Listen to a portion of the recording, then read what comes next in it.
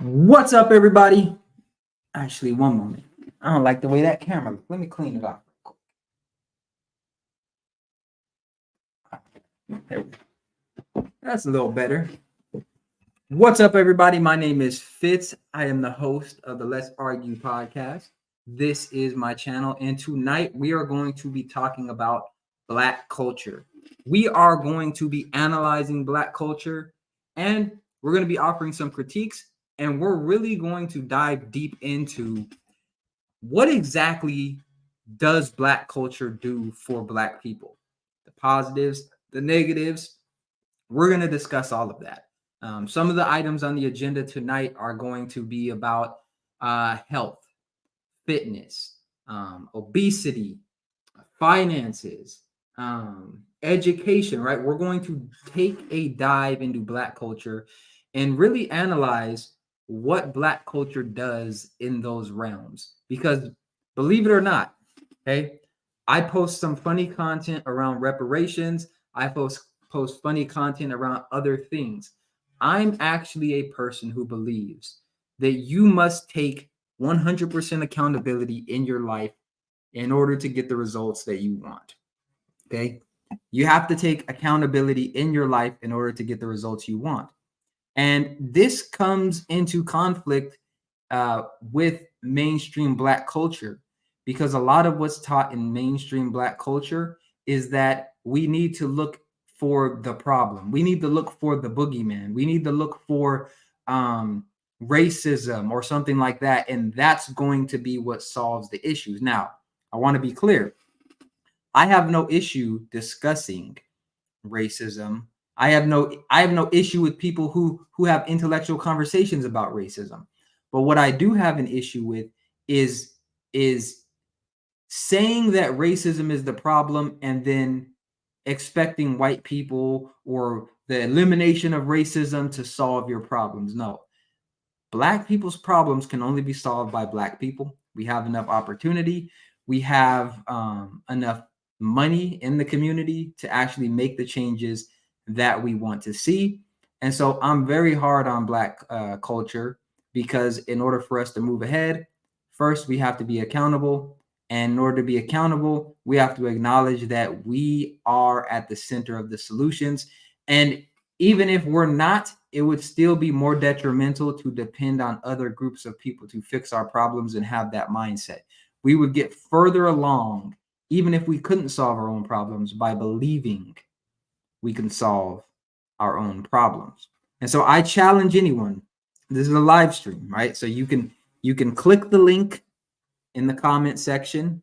You can click the link while we're live, and you can come up and you can give your perspective, whether you agree, you disagree, whatever it is, right? And so with that said, I'm going to bring up the co-host Ty. He's going to give you his little intro, and we're going to get into it. This man done got a freaking haircut. This boy think he fresh. Look at him. Look at him. Who he think he is? This man part of our R&B group at this point. I'm Mr. Garcia. This guy. shout out to the old elk. It's your boy Ty. Yeah, man, what's been going on? I'm just chilling, man. Ty, hit me up on all the socials for all the dog training tips and needs, human animal connection bond. We're gonna get into all that. Reach out to you, boy. Yes, sir. And also make sure that you check out the merch store. The information is in the description. Check out the merch store. Support the channel. You can also support by cash apping Peace and Love 93, Peace and Love 93. Hit the cash app. Yeah, so hit the cash app. Hit the page. So I want to start out just by posing the question: what good does what good does Black culture do for the Black community? Or I guess an individual. Let's start on an individual level. What good does going through Black culture do for an individual who is Black? What do you mean by Black culture? What specifics? So that's a good point. I'll break down what I mean by culture. Yep. So when I think of culture, I think of a system that someone is put through where they're taught how to interact with the world.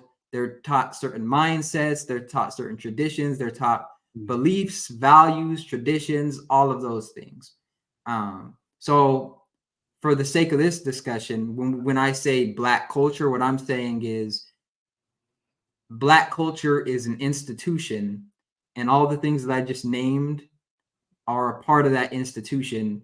And when Black people go through that institution, what do they come out on the other side with in terms of positive benefits? Like a factory.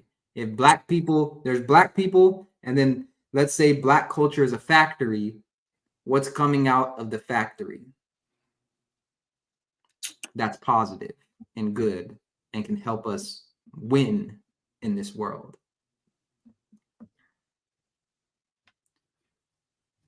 I think if I had to choose one thing that was positive, that contributed to the progressiveness of the Black community, I'd probably say character development. I think often many Black people come out strong, resilient. I do think that a lot of Black people have intelligence to a certain level in different areas, whether that be street smarts, book smart, or kind of in between. And then I would say that Black culture. Yeah, because of Black culture.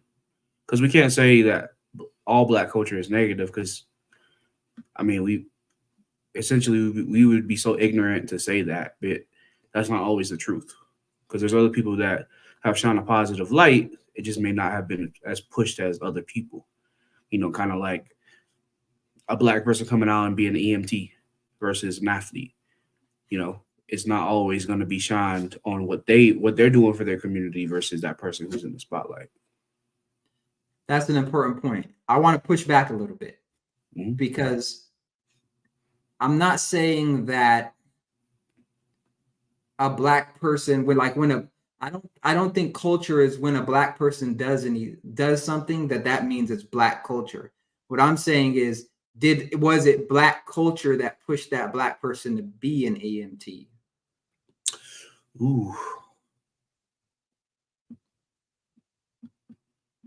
I say half and half. I don't know. I've never heard anyone Black, or I've never heard a central message in the Black community like, hey, we're gonna go dominate the EMT space. Yeah. We're gonna go, like, I don't hear that message being pushed. I don't hear seminars or, hey, here's a pathway to be an EMT. I don't see that being pushed in the Black community or in Black culture.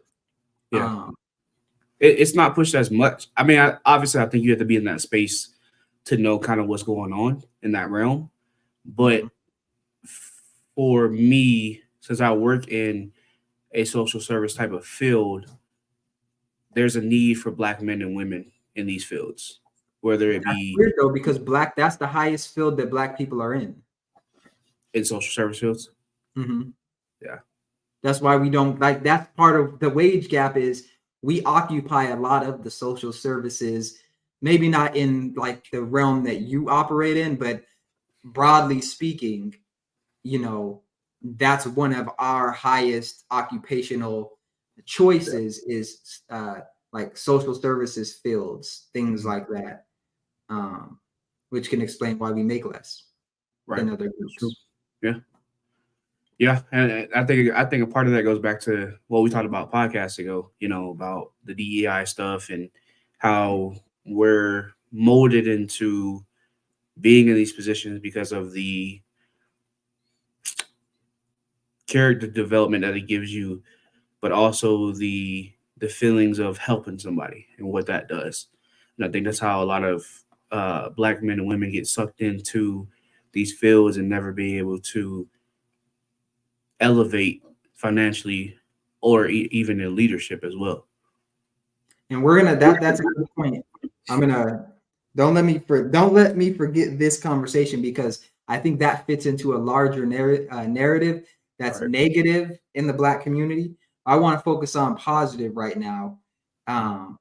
So I guess what I'm saying is there anything unique, or is there anything that you can think of where it's like you go through Black culture and you come out with the positive? I know you were saying you come out with character development, and maybe you come out as street smart. Okay, let's look at it from like, what, when you say street smart, what do you mean? When you say character development, what do you mean? Street smart. Oh man, I think that's kind of self-explanatory, but street smart is more of how to handle yourself in various situations, not just on the streets, but interactions with other people outside of the streets. You can take what you've learned there and apply it somehow, some way to what I would say outside civilization. Because when you're in your community, when you're in your neighborhood, nothing else outside of that really matters, or that you don't really pay much attention to. And then the character development comes from just the barriers and the challenges that many Black women and men have to overcome and endure to get to maybe a certain age, a certain job, a certain financial position. A lot of that comes from them having to do that so early on and not really having a childhood. They have to grow up really fast, which makes them pretty much overly developed when they're in their teenage years, going into 20s and so forth and so on. So the character development, I actually see it the other way. I think that, personally speaking, I had to unlearn a lot of the things that I learned that made me street smart, that made me, tough in this community, or someone that is accepted in this community. I had to unlearn a lot of those things. Like, I didn't understand that if somebody says something to you that, if you fight them, that people are going to call the cops. Like, that that's something that could happen.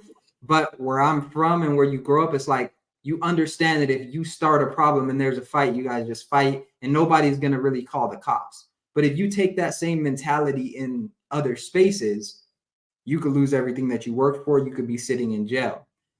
Just mannerisms. Like, I always grew up like, you kind of have to be on your toes all the time. If somebody looks at you, that's a problem, and you better be ready to fight. And, like, you need to be more aggressive. But I had to unlearn those things. And those skills don't help me in the real world, because in the real world, or I don't want to say the real world, but in the adult world where you're not necessarily in that environment, that can manifest as you portraying your hood South to stay true to the hood, but yet you're working a regular civilian job, and now you can't control yourself when you're in customer service and someone says something to you. Like, so I never saw that as a positive in terms of helping me reach my goals. Well, I think it lays the foundation. So not really that it's going to set you up for a lot of success in the future, because you're going to have to learn as you go. But I think it does lay a foundation of how to interact with people, what to say, how to handle yourself in certain situations. Now, all those ways may not be positive, right? But it does lay some sort of foundation for you to stand upon, to say, hey, I can exist in some spaces because I have this knowledge. I just have to, going forward, I have to apply it a different way. And again, unlearn and relearn a lot of things. But it lays the foundation for sure. I don't think it's totally negative, but people have a choice at the end of the day to kind of say, okay, how can I not rip somebody's head off when they look at me differently, or talk to me and give me good criticism, or I can stomp on their ass like I used to do back in, in the hood. You don't think that's the hassle? Like, imagine you never having to think like that, though. Right. How much better your conflict resolution skills would be if you never had to think like that. I don't think it would be better than the next person, to be honest with you. I mean, it's a struggle to think that way and have to think that way because it's like an angel and a devil on your shoulder at all times. Oh, I'm trying to be this way, but the devil keep bringing me back saying, "Nah, you ain't gonna let them disrespect you like that. You need to get on their ass. You So need to stop." it's ingrained in you. So you got to do something. So the way I look at it is like, you know, we have our fight and flight response, and that's built on our ancestors needing to make split-second decisions when like an animal is rushing towards them or something like that, like real danger. But now we've evolved to the point to where we're not really faced with those things. But when someone says something we don't like, we still have pretty much an identical chemical response in our bodies. The dopamine and the adrenaline and things like that, they're still released as if we're actually in danger. Right. And I look at it very similarly when you grow up in a certain environment where maybe there's more violence, gang activity, etc., and someone says something to you, and that may be life or death. That may be you're about to fight. So then you release those chemicals and your adrenaline's pumped up and you're ready to risk it all, right? Because it really might be life or death. Yeah. But then you're not in that environment. You have a regular job. This isn't life or death. This is just Joe Schmo. And they say something and you're still ready to risk it all. To me, that's not a positive. Right. To me, that's like you're one incident away from losing it all. And unless you unlearn that, it's going to be very tough for you to get ahead. Yeah. But I get what you're saying as far as character. Yeah, I think it's a little bit of both. Again, it's your choice. You know, if you decide to keep on with that mentality and don't grow it and turn it into something that makes you be successful in terms of just interactions, specifically because we, you know, with the attitude and stuff. So it can go both ways. I think depending on how you let it go is what will happen. So, I mean, I used to be like that. I used to be, you know, get on people's ass. The first thing you heard me ever say when somebody disrespected me, I'm from such and such. You got me up. You don't even know. But now it's like, it's more of me trying to outsmart you now and use that in a way where it's like, you're going to respect me at the end of the day, whether you like me or not. And what you're not going to do is overstep boundaries. Right. And I'll use an example, right? And you're going to find this funny. You're going to say, this guy. All right. So it's interesting that you say that because thinking back now, we both had to unlearn like certain things in order for us to succeed. Right. So like, for those of you who don't know, me and Ty, we went to college and stuff together. So thinking back to the incident we had, we were both, I don't want to say neutered, but we were both like, we were at a point in our lives where we're like that, where we were like the dog that used to get in a bunch of fights and stuff and roughed up, and it still got it in him, but he just gonna yank the chain a little bit, you know, like he gonna run and make it seem like he gonna get off the chain. Like, I think that's where we clashed at in our incident. But if we were like fresh going into college, like that version of ourselves, it probably would have been a different story, because like where you're from, you're not gonna back down no matter what. It don't, damn this school, damn this degree, damn everything. And it was the same with me. I don't give a damn. Cops can show anything, blah, blah, blah. But then once you unlearn that in a way, it's still in you, in the right situation and pull it out of you.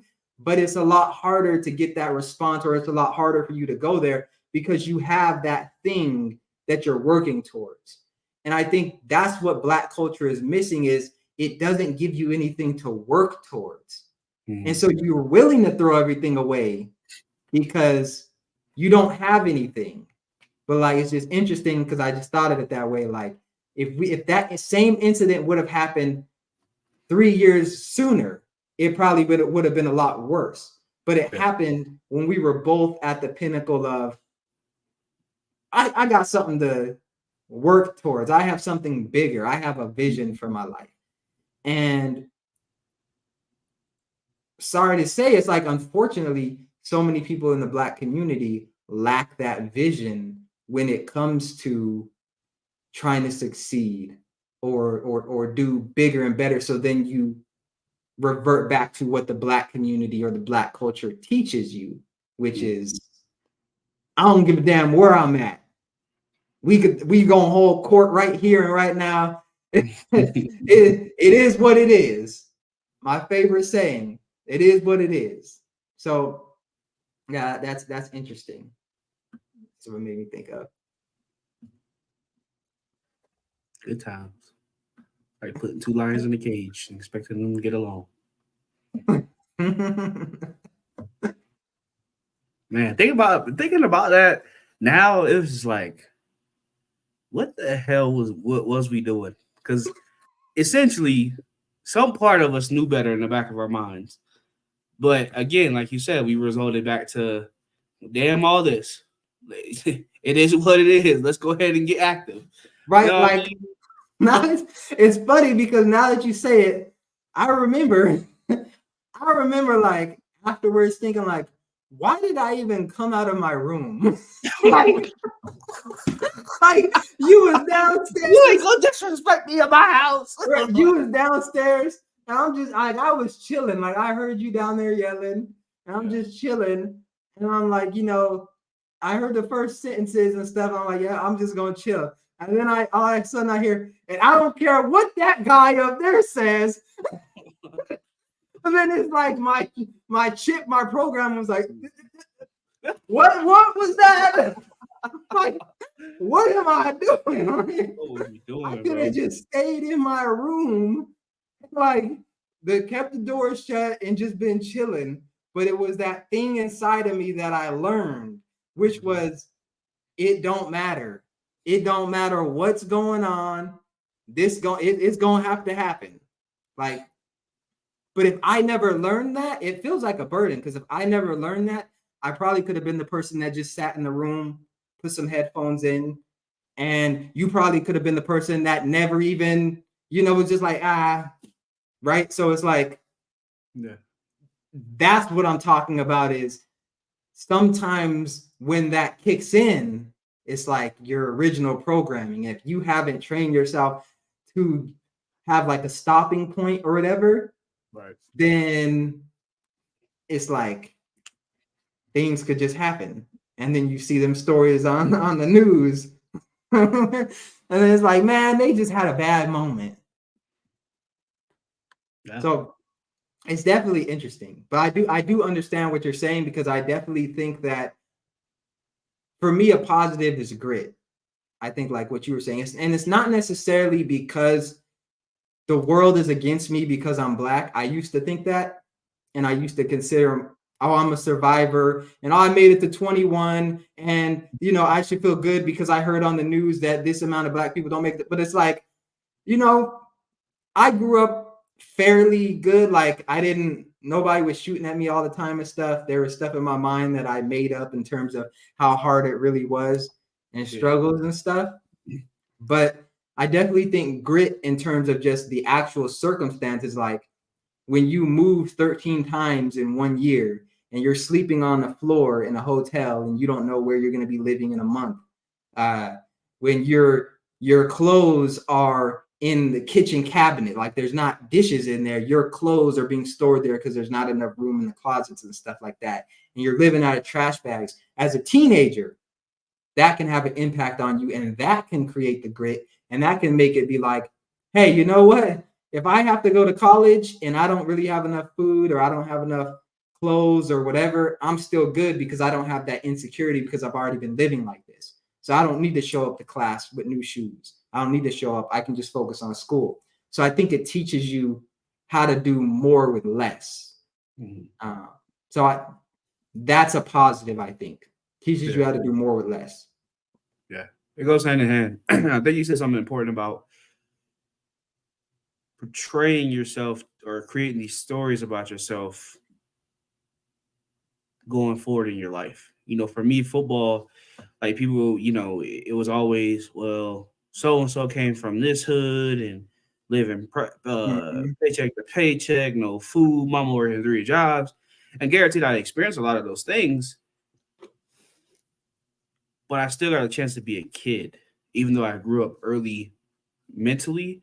I still had a childhood to where it wasn't, the secondary effects weren't coming towards me because my mom did such a good job of keeping it at the surface level.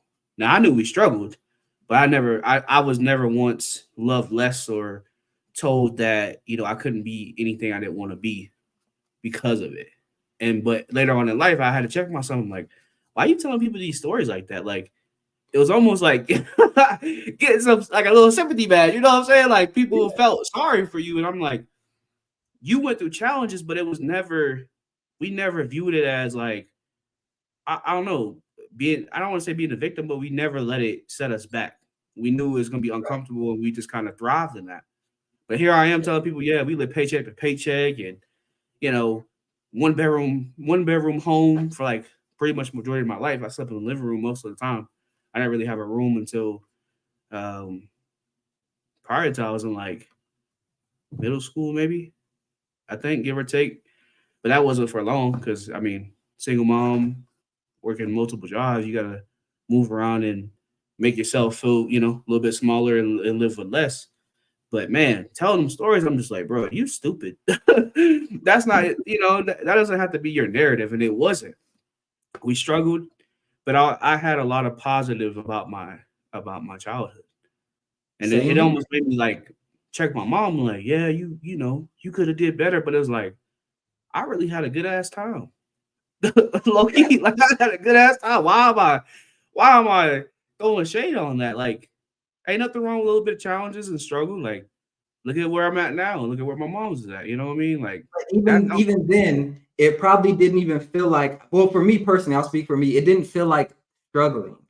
Like Right. the when you go to school and you don't have new clothes and other kids do, and they don't have you don't have new shoes and they do that. But if you don't really care about those things, like I never really cared about those things, it's not a struggle. Right. And so it's like when you get over that part of it, it's not really a struggle. Like I enjoyed growing up the way that I did because it was fun.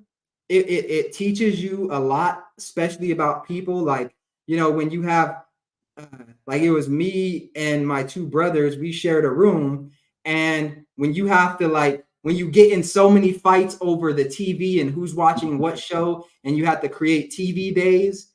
And it's like, I think my TV days were Friday and Saturday because I watched Yu-Gi-Oh! And it came on Saturday in the morning time. And then it's like you trade TV days with somebody, and it just teaches you adversity and how to get over things.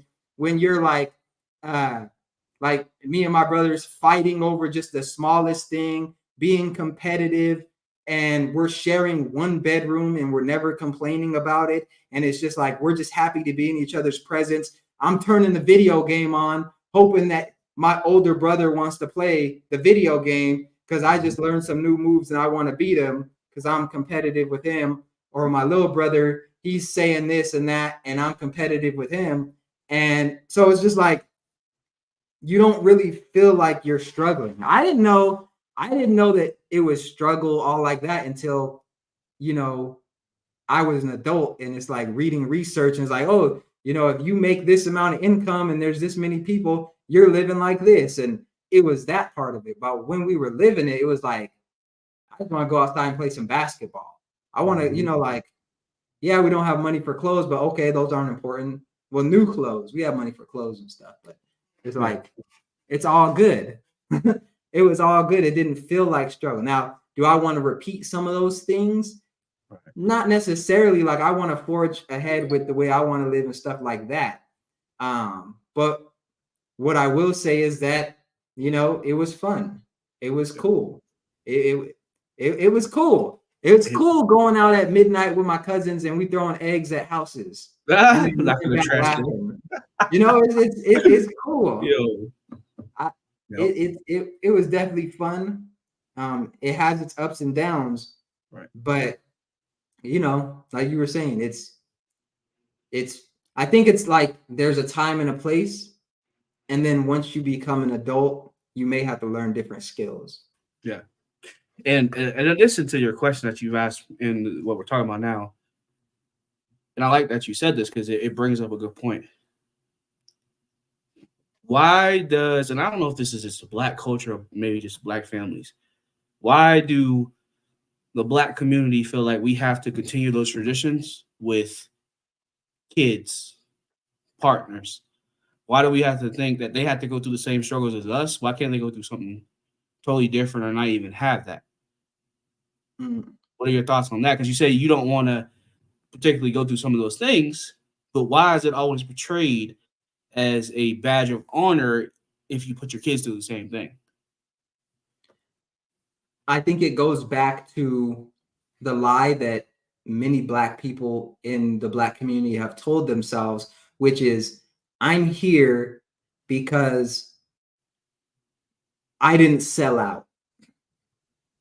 It's, you know, like they make it seem like at the snap of a finger, they could just change their situation, and they're choosing to stay in this situation because the successful black people are the sellouts, and we stay true to the hood. They sold out and we stayed true. So when we get new information, like maybe spanking your kids like that isn't the most effective way to parent, that's just you talking white. When we get new information like, hey, maybe you shouldn't eat fried food all the time, and maybe you shouldn't be going to these fast food restaurants all the time, that's just, maybe you should exercise. Oh, I'm not going to jogging, that's for white people. It's like they want to stick to something because they've internalized and I think it has something, I think it also has to do with having an inferiority complex to white people. They've internalized that everything good and positive is white, and that this stuff over here is black. They don't necessarily classify it as negative, but it's like, you know, we don't want to sell out. We don't want to betray the hood, or you know, like whatever. So I think it's a lot of it is just not willing to accept new information and feeling like, you know, I'm not black anymore because I did this and I did that, and you know, they'll get shamed by the community, stuff like that. So I think that's a big part of it. Yeah, that's interesting because, man, I mean, you don't really think about those effects because that's how I grew up, you know, and I was around all types of different people, but you know, we all kind of deemed certain things. That's white people stuff, you know what I mean? We ain't doing that. We ain't doing I mean, there that. is stuff that's white people stuff, but it's like everything good can't be white people stuff. Right. Like everything good. It's like, oh, you went and got a nice shirt. You got a collared shirt. You white. It's like, come on, man. I can't do nothing. Yeah. Like, yeah. That's how you I felt, floss. That's white people stuff. Yep. What? That's how I felt going to college. Everybody was rooting for me, but everybody was hating on me at the same time. Because now you knew money. Now you don't want to talk to nobody. And then like, nah, I was willing to accept everybody a part of the journey. You know what I'm saying? Everybody was just like, oh, you smarter than us. And it's like, bro, I'm just going to college to try this out. Ain't no guarantees, brother. Damn. I got That's that crazy a lot. to think about, man. Because I've had to get myself out of that mindset. Also, my mom and some of the people I'm around. Because I didn't leave my home state until probably high school, and I didn't travel until I was probably in college, and that kind of opened up my mind that like not all of it was white people stuff. Like there was some of the stuff that I could do that I enjoyed, and then going to Colorado for school and seeing that was a whole different world. Thinking like, damn, I really missed out on a lot because I was saying, oh, this is for white. It's for these white people. Like that was weird, bro. Like I don't even know how we got to that point of saying that stuff. It's taught. It's really taught. But one thing that I want to play a clip here, because you know, it goes along with what we're saying, which is like you grow up a certain way, And then if you don't unlearn certain things or you don't challenge some of the thoughts you have, you can just be moving through life with this view that you're not responsible or accountable for anything that you do or any result that happens as a result of your behavior, or things that you can actually change. And I think this is important to say, okay? Because we're going to move into racism a little bit and talking about that, but we're not going to sit here and pretend as if racism is all encompassing and that you can't do certain things and that you just have a magic button you can push that, oh, racism, and now all of a sudden that pushes away logic and pushes away self-accountability. No, when I saw this video, I was like, man, I hope there are not too many of us that think like this. So I'm gonna play this. Because and you may have seen this video, I don't know, but it's wild. I'm just like, do these people just be saying stuff to get on TV? Shout out to Yu-Gi-Oh, the best card playing game in the world. I have books and books of cards I collected, boy. Blue Eyes Dragon, my favorite. Sir. Look at this circus. Stop.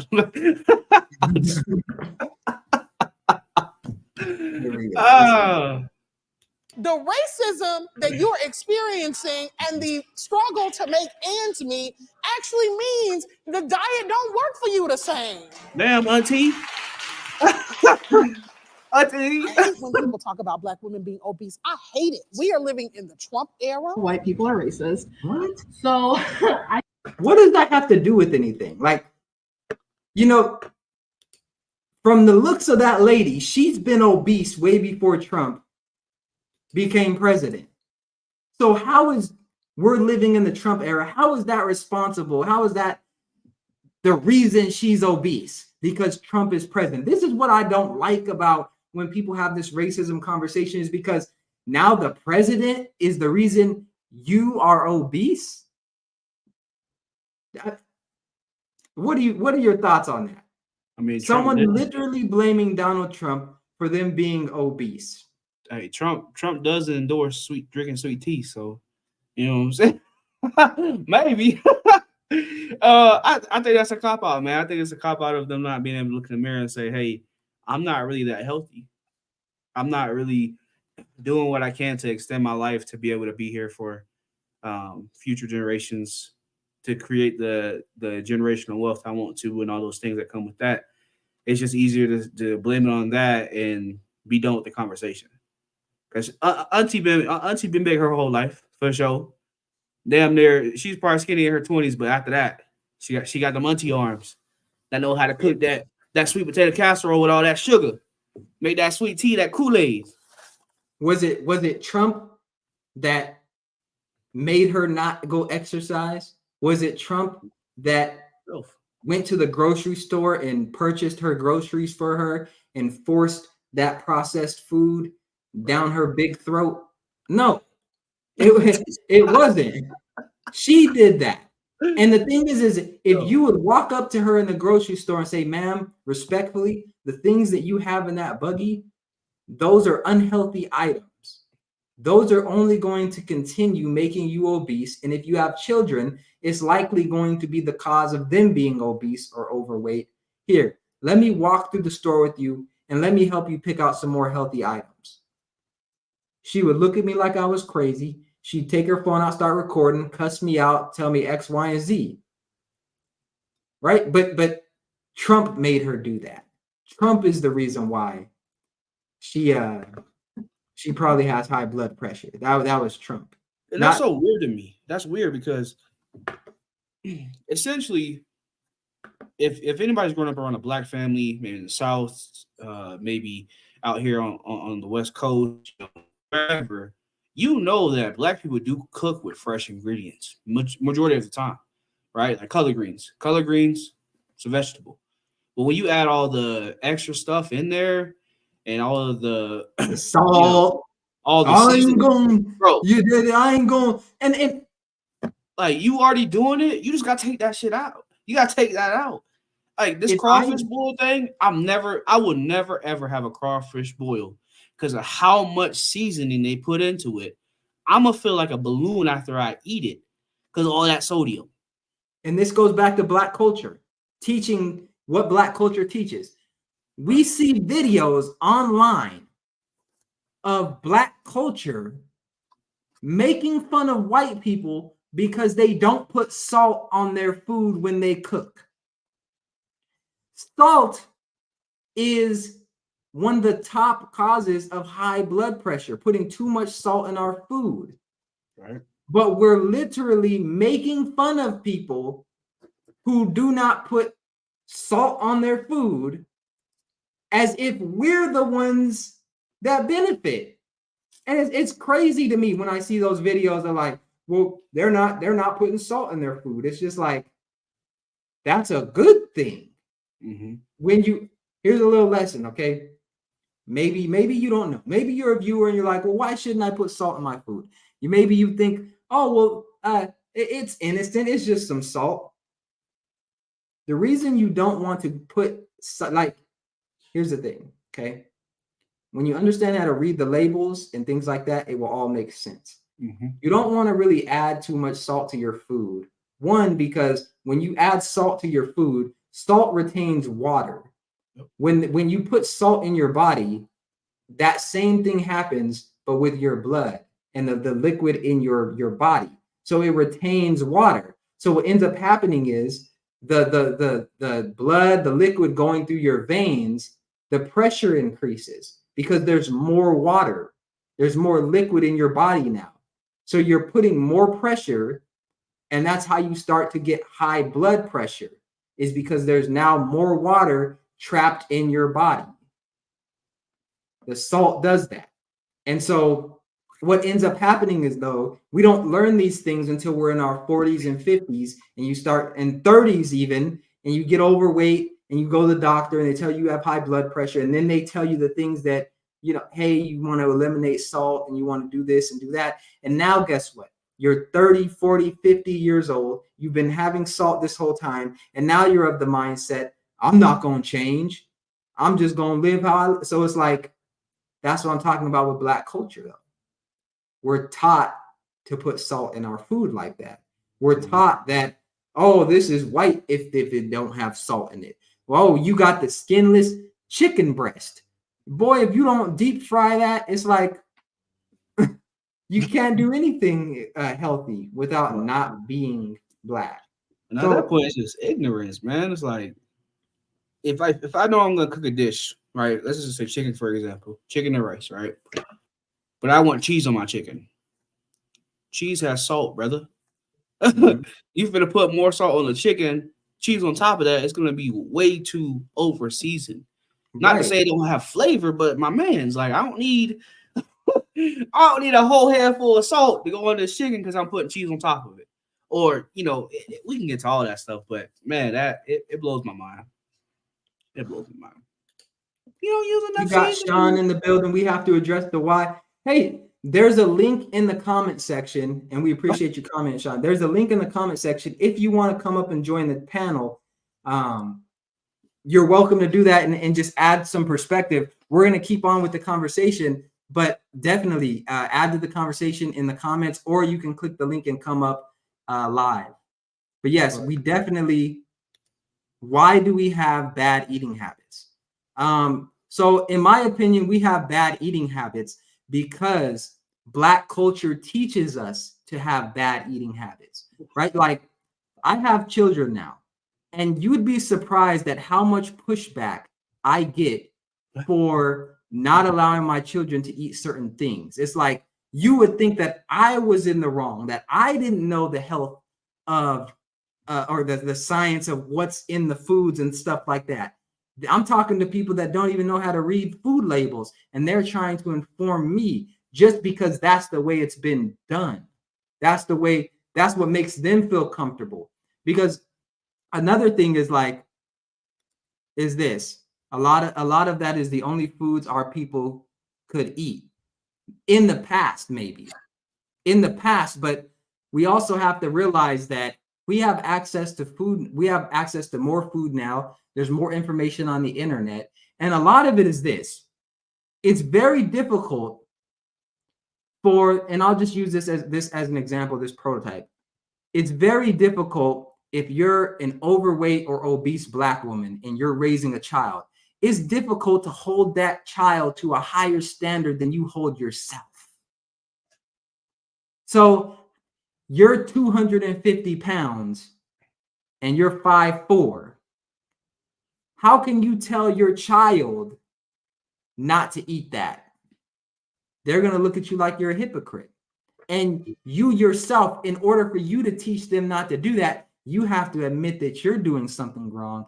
And a lot of people don't have the strength to do that. So it comes down to they don't want to feel like a hypocrite. And at the same time, they feel like a fraudster trying to hold somebody accountable when they can't even do it themselves, or they don't want to do it themselves. Right. And I think we have to talk about generations too. Like for older generations, let's just say 70s, 80s, and 90s, you could eat that stuff. You could eat Kool-Aid, bag of chips, fruit roll-ups, Gushers, all that stuff. But we were going outside. Nowadays, kids ain't going outside. They're on their phones, technology. And when you're eating that in one setting by playing the video game for 10 hours, that's what comes with the effects of it. And even if you're on WIC, food stamps, whatever other programs that they have, food programs, you could still choose better options. That's not the only food you can eat. That's been the mentality for so long because it's cheap. Cheap doesn't equal good quality. So we have to kind of get out of that mindset of like, this is all we can eat.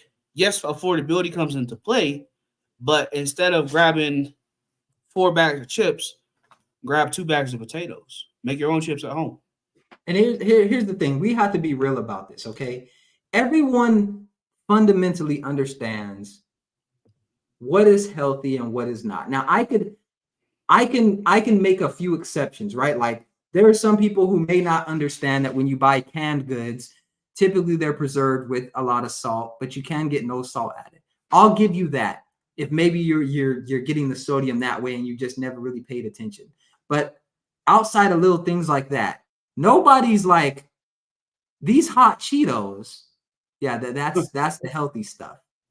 Nobody's like, this fried chicken in this bacon grease. That's what's gonna get me healthy. Nobody's thinking that. I think we have a fundamental understanding of what's healthy and what's not. And people just make decisions, and it starts in childhood. They were allowed to eat these things. And as an adult, and this goes back to what we were talking about earlier, having to unlearn things, you have to unlearn certain things. And there's a high learning curve, right? It's hard to unlearn 18, 20 years of eating stuff. If you've been given Kool-Aid from the time you were a year old up until 20, you've been given sugary drinks up until the time you were 20, you've been giving high fructose corn syrup and Cheetos and all this other stuff, and you say, oh, I'm still living though. If it's so bad, why am I still living? I'm still here. So you keep doing it. But you have to unbreak those habits. Me and my wife talk about this. We're both 40. The quality we had in the 80s and 90s, these kids don't have. Right. Exactly. Even WIC, they approve the junk food, but don't approve the veggies. Exactly. It's like, and here's another thing. You can still get the canned. I mean, you can still get the canned vegetables. They're not fresh. They're not as fresh, but I mean. Yeah. And another thing is this. Here's what I don't understand about the Black community that really upsets me. We talk about how much we don't trust the government. We don't trust them. It's run by white people. We'll say that. Okay? We'll say how much we don't trust the government. But then I hear ignorant Black people, and I say Black people because that's what my channel is focused on. I'm not just, oh, I hate Black. No. Reparations. Right? I ignorant Black people because that's who I interact with, and that's the community I focus on. That's who I care about improving. I hear them say, well, if Skittles are so bad, The government, why does the government allow it? If they were that bad, the government wouldn't allow them to be sold. If that fried chicken's so bad, the government wouldn't allow that to be. It's not the government's responsibility to make sure that you are putting healthy things in your body. Now, I could see if we're talking about just some blatant, flat out lying, but the ingredients are there. They're on the package. Right. It's in plain black sodium, 23% of your daily value. It's right there. The bacon, sodium nitrate. Look that up. What is that?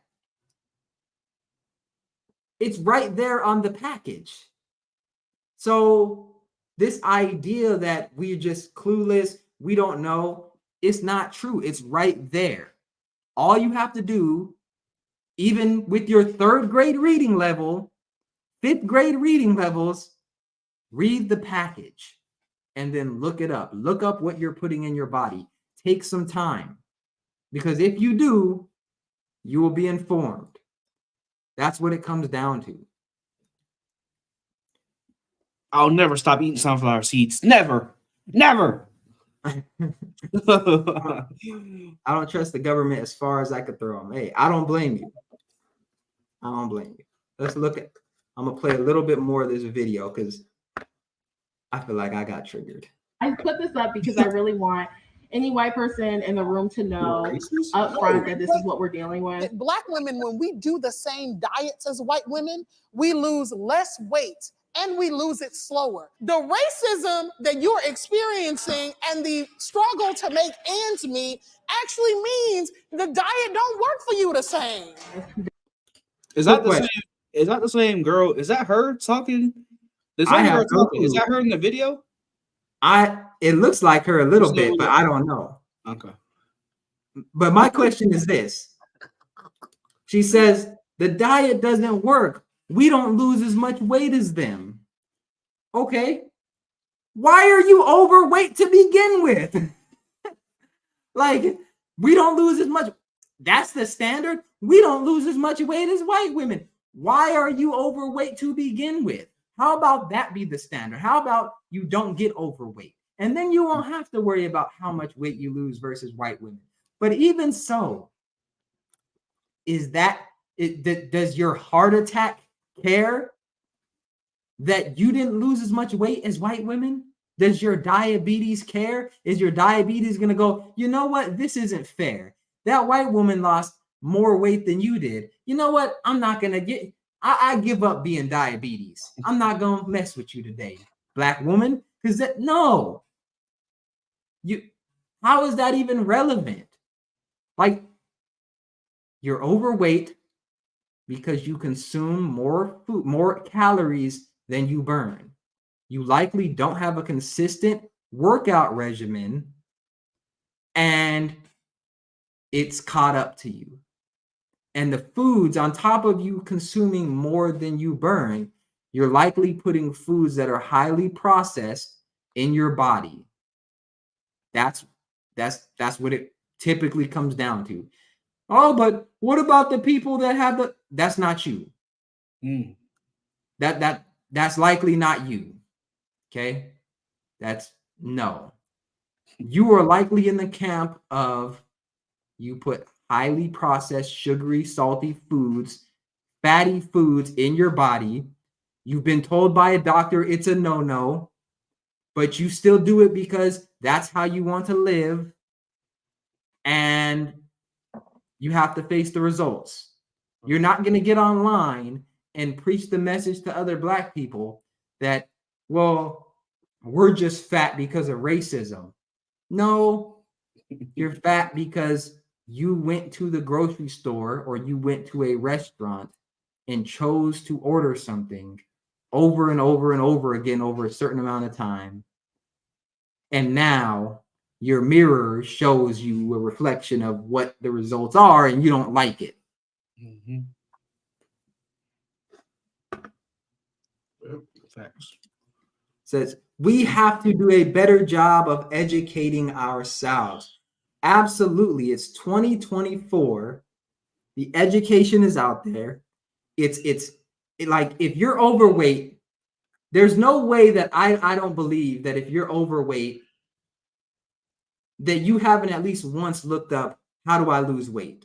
And it's all the same. Pretty much it all boils down to don't consume more than you burn. Eat these types of food, and in general, you'll be good. You'll be good.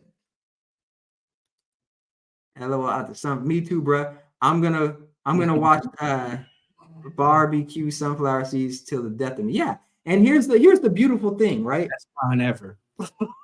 The beautiful actually the deal. I think the pickle ranch. Don't even disrespect me, bro. The pickle ranch is better than those. Barbecue is the best one. If you're from the South, if you're from the South or anywhere, you know you going for the barbecue or the regular, because some people like the regular. Barbecue hands down the best one. I've had the dill pickle. I've had the black pepper ones, ranch, all that stuff. It don't hit like the barbecue.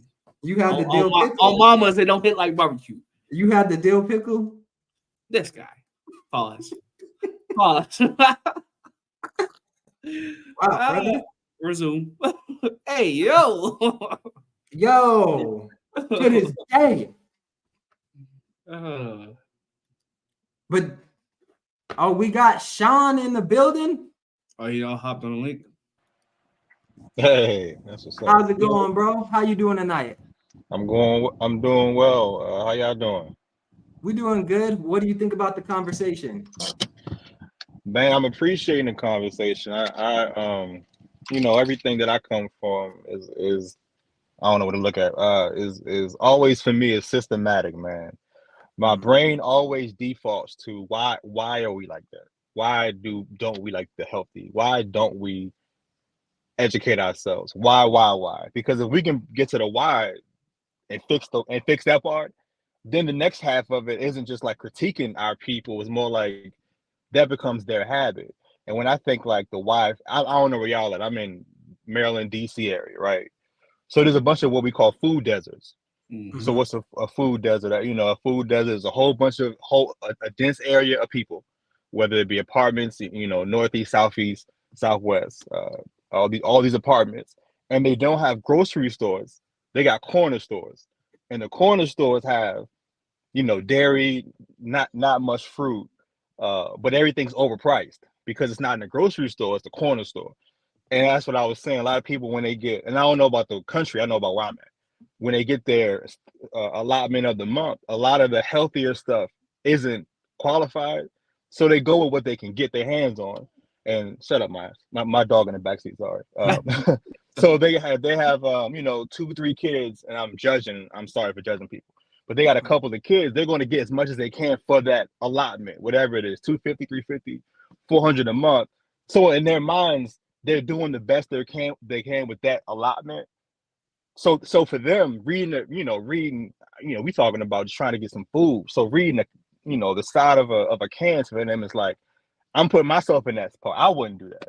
I'm trying to get the cheapest, the cheapest thing on the shelf because I'm trying to feed my people. My people meaning my kids. And I know it's not, I'm 40 years old, but the perspective didn't change. So for me, I'm into like, how do we fix our communities? How do we put a grocery store, a fresh market? How do we give fresh produce to the hood? Because they can't, and I don't know where y'all at again. So I'm not saying for the country, I'm saying for where I'm at. But my mindset is always, how do we do that? Because if we can fix that part, man, we can get fresh food to our people. We can, they can stop going out to eat, spending their rent money on TGI Fridays versus going out, going and making it. It's like we have bad habits because we had to have bad habits, not because we just foolish. We just trying to survive, check to check, and most people day to day. Anyway, I'm sorry. No, that's important. I do want to touch on food deserts because that's something that I've looked into before, and I can understand it for a certain population, but we have to also understand and put in the context that only 17%, I don't want to say only, but around 17% of Black people live in poverty or, at the poverty line or below. So that's still like 83% of us that, in my mind, even if you're in that food desert, you likely have transportation to where you could drive somewhere and get groceries. Also, there's tools such as Amazon. Amazon delivers groceries now. Walmart delivers groceries. Like different grocery stores deliver groceries. And there's Uber. You could take an Uber to the grocery store and get it if it's a priority to you, if it's something that you actually value and care about, you know, because we can't sit here on the same time being poor buying Jordans, but say you can't afford an Uber to go to a grocery store that's maybe 10 minutes away. If you don't have a car, you can find a way to the club. You can find a way to Foot Locker to get the Jordans. You can find a way to these other places. So if it's really a priority to you, I think that you'll find a way to make it happen. And to touch on another point, something that's interesting is that like fruits and vegetables and foods high in fiber, the healthier foods, even though you may get less, you still feel full because they have a lot of fiber and they're nutrient dense. So you may not be eating as many calories, but you're not gonna feel hungry. So even though you may get less, you're still getting meals. And I would argue that those quality meals are better than the quantity meals. But I understand everyone's not thinking in that way in terms of, let me get them something healthy. They're thinking of, what can I put in their mouth to make it seem like they're getting all of this food? But I think in the next 50 years, this is going to be the issue, especially in the Black community of our time, where I think health, like eating healthy is going to be like more of a human right. Like I think it's going to get to a point to where it's going to be considered child abuse to be feeding your kids some of this stuff. Because when we're looking at the data and we're seeing 5-year-olds that are obese, 6-year-olds that are obese, there has to be something done for people that are literally your responsibility and your decisions are making them obese. So I think that something's going to be done along those lines. I don't think it's going to be able to continue like this. I can't. We gotta also think about the government. You know, like we gotta also think about the people that's giving us the food options.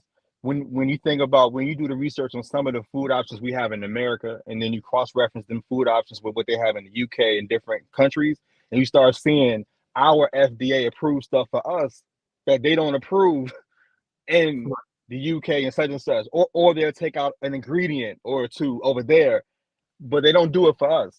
So my brain defaults to, well, wait a minute, why they not taking it out for us? Because they don't care about the people. That, you know, they're not trying to. Again, that's back to the point when I typed it, but I was saying me and my wife talk about in the 80s and 90s, it wasn't perfect, of course, but just the quality of the foods were different. And then the early 2000s and the 10s and the 20s, it's like, man, they put in supplements and everything. But we didn't grow up with that. So like the apple juice, the Hawaiian punch, me and her always talk about Hawaiian punch. When we had it in the 80s and 90s, that was Hawaiian punch. I don't know what they make it now. That ain't it. Hawaiian slap. Hawaiian slap, man. I don't know what that trash is. But it's like, but the idea of like stuff like that is like, you know, when we think like, why is that? Why did they change the ingredients? You know, and I don't have the answers. I don't have the answers, but my thought process is like, but they did that though. They did that for a reason. Now, could it be for financial gain? You know, of course, it's capitalistic. You know, that could be the reason. But for me, I keep going back to the, you know, I know a lot of people can afford that stuff. Sometimes I have a couple dollars to me, and I don't want to ever think about people having the resources that I made. You know, like they should do this and they should do that. But what if they just can't? Or what if they can't for a consistent basis? You know, and that's my, you know, and my thought process isn't good, bad, up or down. It's like I be thinking like, you know, that's how my brain works. It's like, what if they really trying to take us out? What if the government is flooding our kids with applesauce that's not good for them? What if they're giving us fruit with no seeds in it? Like, what if? What if this company Modesto? What if they're giving our kids oranges? Where the seeds go? Where the watermelon seeds? Like, how do you grow a fruit with no seeds? Yeah. That's rhetorical. I know how they do it, right? But my thought process is why do they do that? Why is that a thing? And people are like, yeah, that's just the way. No, that shouldn't be the way. That's Maya. That shouldn't be the way it is. You know. Sorry, y'all. Oh, baby, what you doing? Look at that thing. Look at you. I'm sorry, Mama. I'm sorry. I definitely think it's an interesting question. Why are they doing it? And I found myself pondering certain things like, you know, why are things the way they are? And, you know, what could be their reason? But at the end of the day, we likely won't really know why. Even if the evidence is there, they can still deny it, which is why I try to go back to what can you directly control in your life? Yeah. And once you break it down to that, and I think if that was taught more on a cultural level within the Black community, then I think it would illuminate a lot of the issues that we have and just say, okay, they're trying to take out Black people. Let's say that this is the case. They're trying to take them out by giving us these unhealthy foods. Okay, well, what is the solution to that on an individual level? I just don't eat those things. Of course, they're going to sneak some things through. Maybe you don't know about them and it's all good. But in general, I think there's a baseline to where we can understand this is good and this is not. And if they get us through the lettuce and they do something like that, okay. But they're not gonna take me out with the Snickers bar. It's like, I don't know. Touché. Like, I hate losing when I know I could have won. That's just my personality. Like, I don't mind losing if I gave it 100% and I gave it everything I had. But I hate losing if it's like, man, I knew the answer to that question, but I ran out of time because I was late to the test. Things like that. It's like, take me out at my best. But now you're not going to catch me slipping like, nah, you got diabetes because you've been eating too much candy. You don't have to sneak some secret ingredients in there to get me on that. Yeah. I feel you on that. Someone's in the comment section saying, already failed if you identify as Black community rather than American. Skin color is not a healthy attribute to identify as. What are your guys' thoughts on that? A skin color is not a healthy attribute to identify as. Tell the United States government.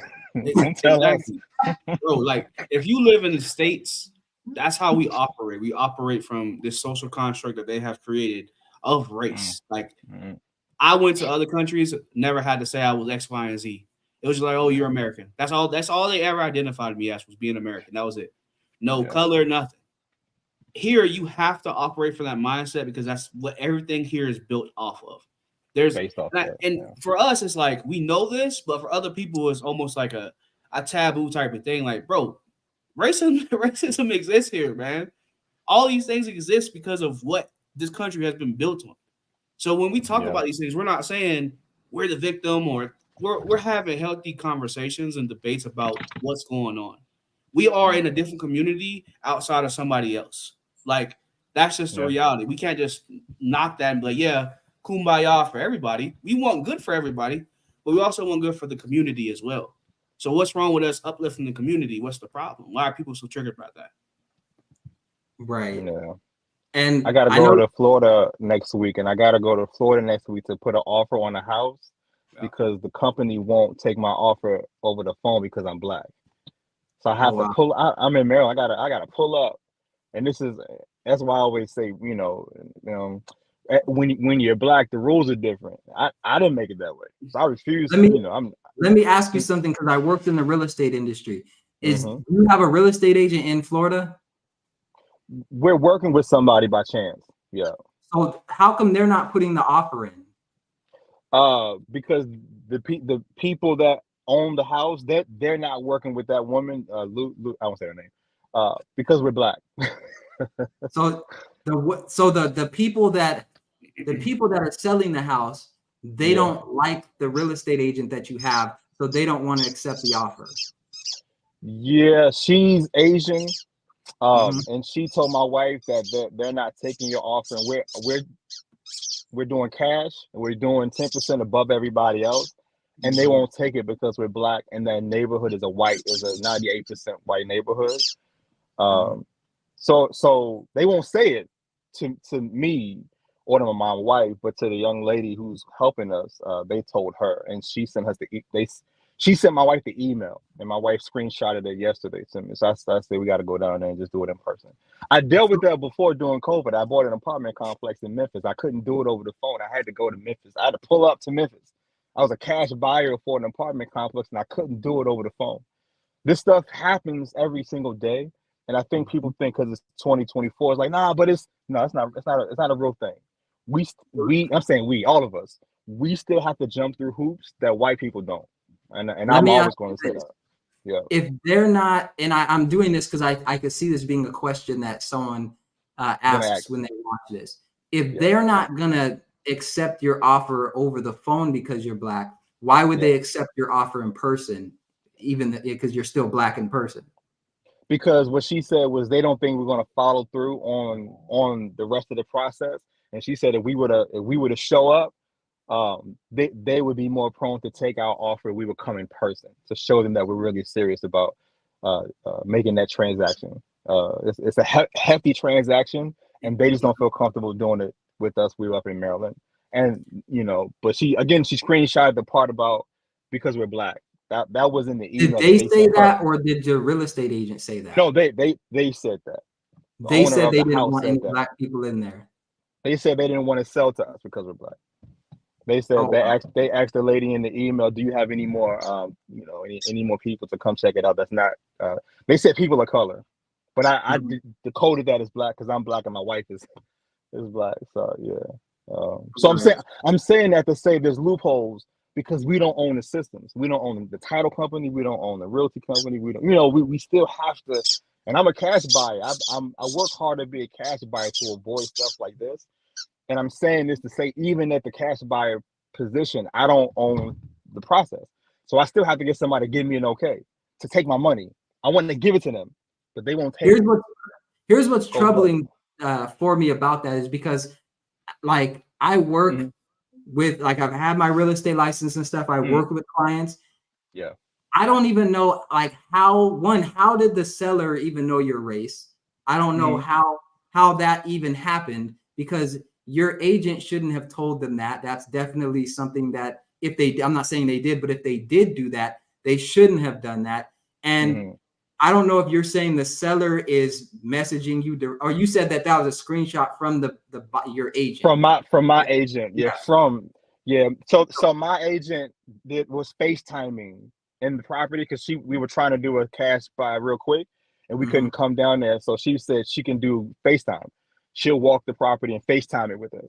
So when she was FaceTime with my wife, my wife is light skinned, but she's still Black. The person was watching, our agent go through the property, answer the questions for my wife, and that's how they knew that at least one of us was Black. So when they were typing back, it was based off of that, part of the that's how they knew. If they didn't put the part about, do you have any other people that are not people of color? Yeah. I could see why, like, that part kind of lets you know, but if that wasn't included there, I could definitely see why, if you're in another state, they would be hesitant to sell it to you. Because that does typically happen sometimes where you haven't seen a property and maybe you put the offer in and then they reject other offers. And then once you go down and see it in person and the property's under contract, you notice things in person that you didn't see on the phone.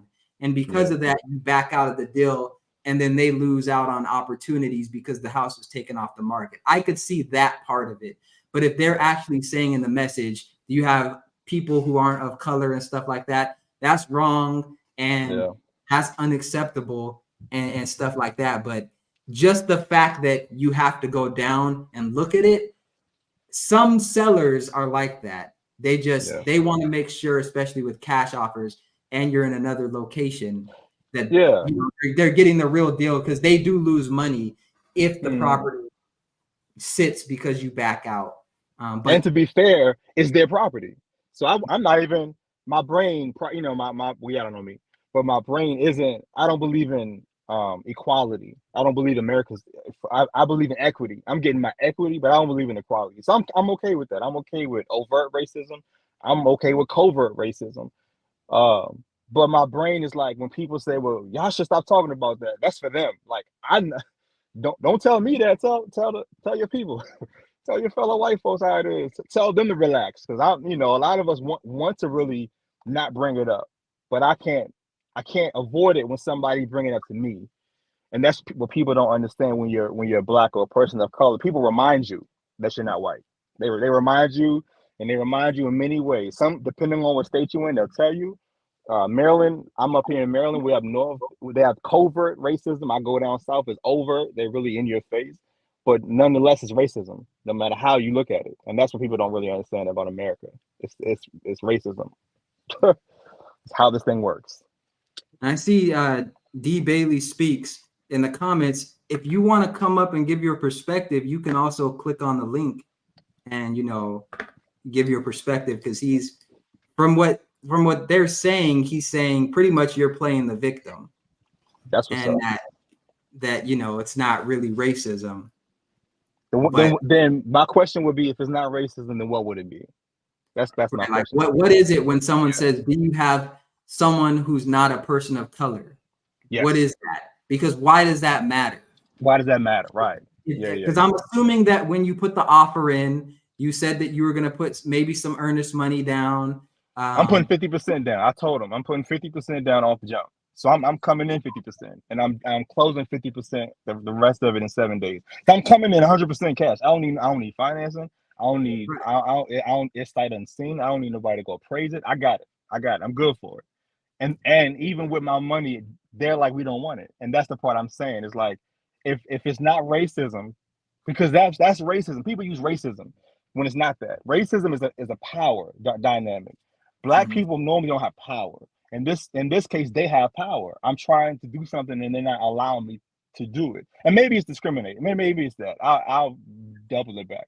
But in my brain, it's like, I'm not a victim because I'm not crying to you. I'm going down there. I'm flying on Sunday. I'm going to buy it on Tuesday. I'm still buying the property. It's going to happen. Right. But I'm saying I shouldn't have to go to Florida. I shouldn't have to do this.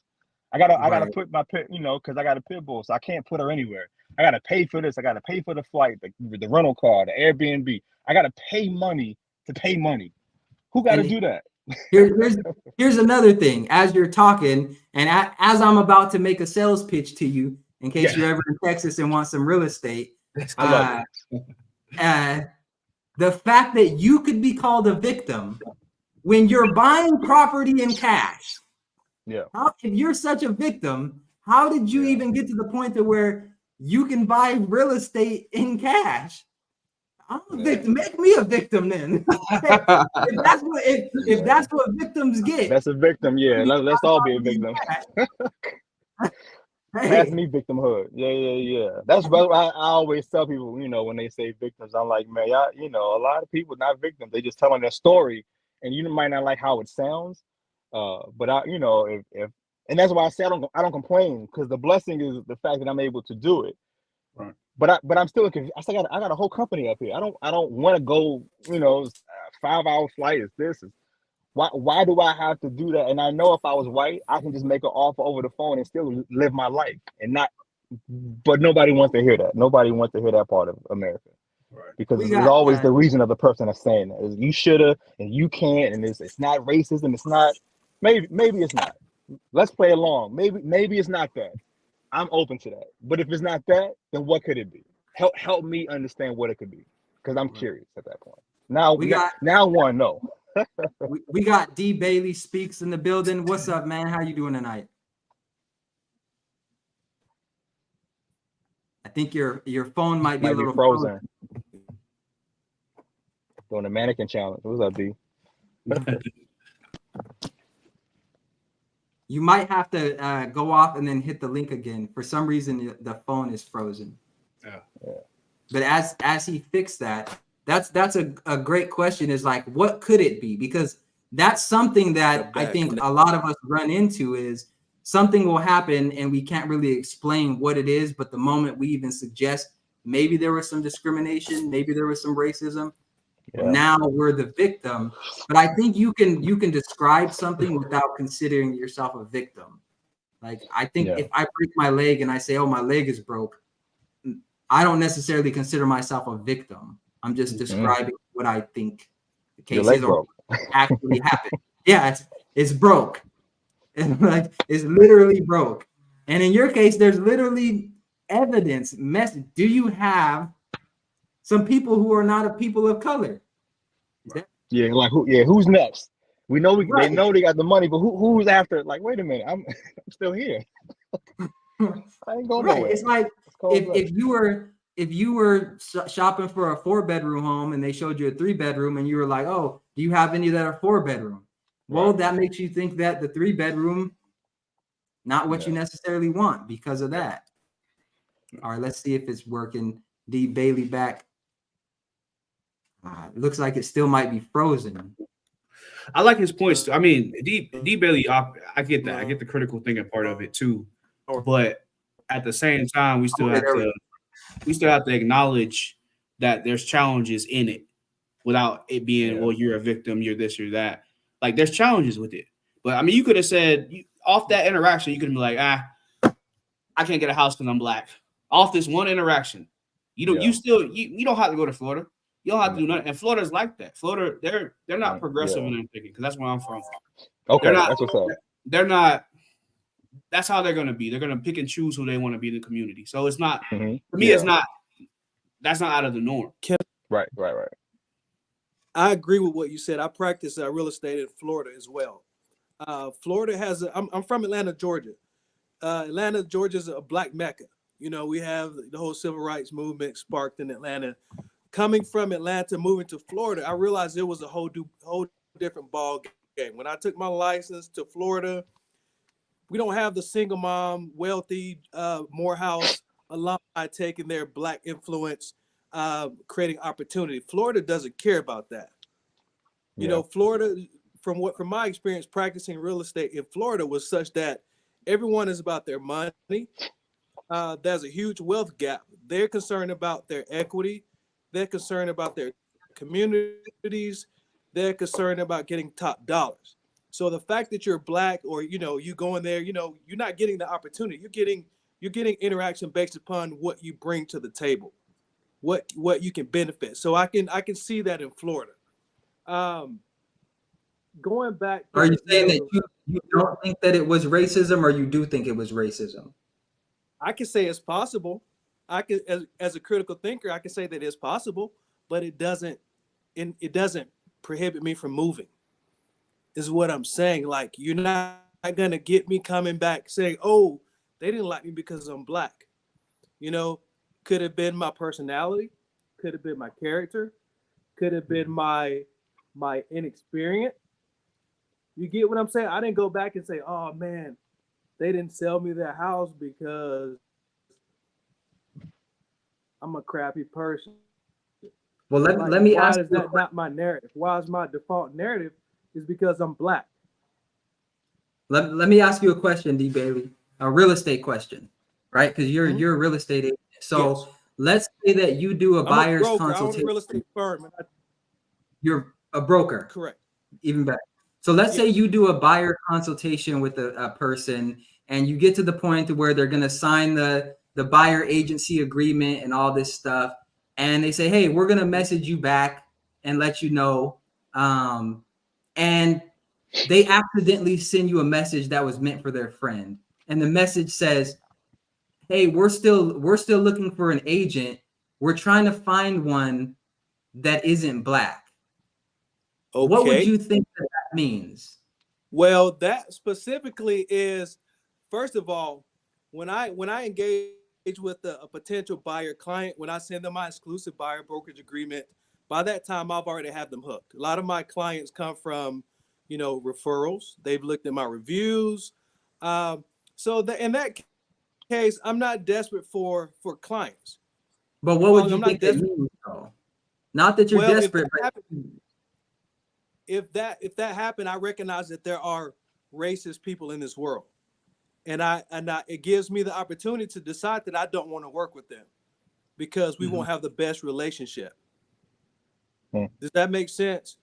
But as far as federal law, the federal law doesn't protect me as a real estate agent. It protects those buyers, those sellers in the market.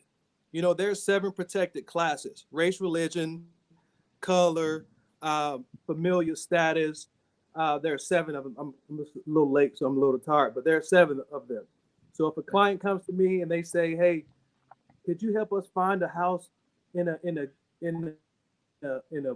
black neighborhood or a white neighborhood?" I can't discuss that with them.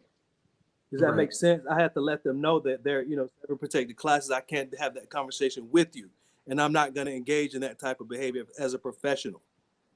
So with that being said, my mindset is, if someone comes to me with that, whether you're white, black, Asian, whatever, I'm not going to engage with you, because that doesn't work with my character. Right. So in Sean's case, and maybe you can speak to this, Sean, this is a property it seems like you wanted. You're willing to pay cash for it. Are you saying Sean should just walk away and not want to buy the property, even though if he gets the property, he never has to deal with these racist people again? And I mean, like, brother, you've identified some issues going into that scenario. You take your hard-earned cash and go somewhere else. I understand there's this idea of homogeneity, in real estate. No 2 pieces of property are alike. I don't care how the house looks. That land that God made has its unique attributes. You won't find any piece of land similar to the one that you may want. But I say, hey, forget about the race, forget about all this kind of stuff. Go find another house. You put your hard-earned money, your sweat and tears into saving that money. You don't want to be, it's not worth the fight. Take that money and go. So you're preventing yourself from years of problems. And that's what I say. Oh, gotcha. I appreciate the dialogue, man. Y'all dope. Oh, y'all. We're grown ups, man. That's real. That's real. We can have conversations. So here's my thought process when we went down there last time. There was a black neighborhood. Well, I don't know if y'all from Florida, but Fort Lauderdale, something called Lauderdale Lakes. It's a black part of Fort Lauderdale. And the highest probably house in those zip codes are 450,000. That's the top of the comps. So there's a property, 3-bed, however much it is, fully furnished, move-in ready, that my wife loves, and we can pay cash. If we can do the one in the white neighborhood, we definitely can do that one. Mm-hmm. My concern with the wife is what I told her was if we go to Lauderdale Lakes and pay $490 for this house, one, we're comping out, we're in the top of the comp. Mm-hmm. So we're doing what I don't believe in. We're setting the market on one side. I'm an investor, just so you know my background. I don't have an agent license, but I'm an investor. So my brain goes to investment, equity. How can I come in low and get as much spread as possible? So for me, I know I'm not into buying retail is what I call it when I teach classes. Retail meaning going with an agent, paying what's on Zillow. My brain can't receive that.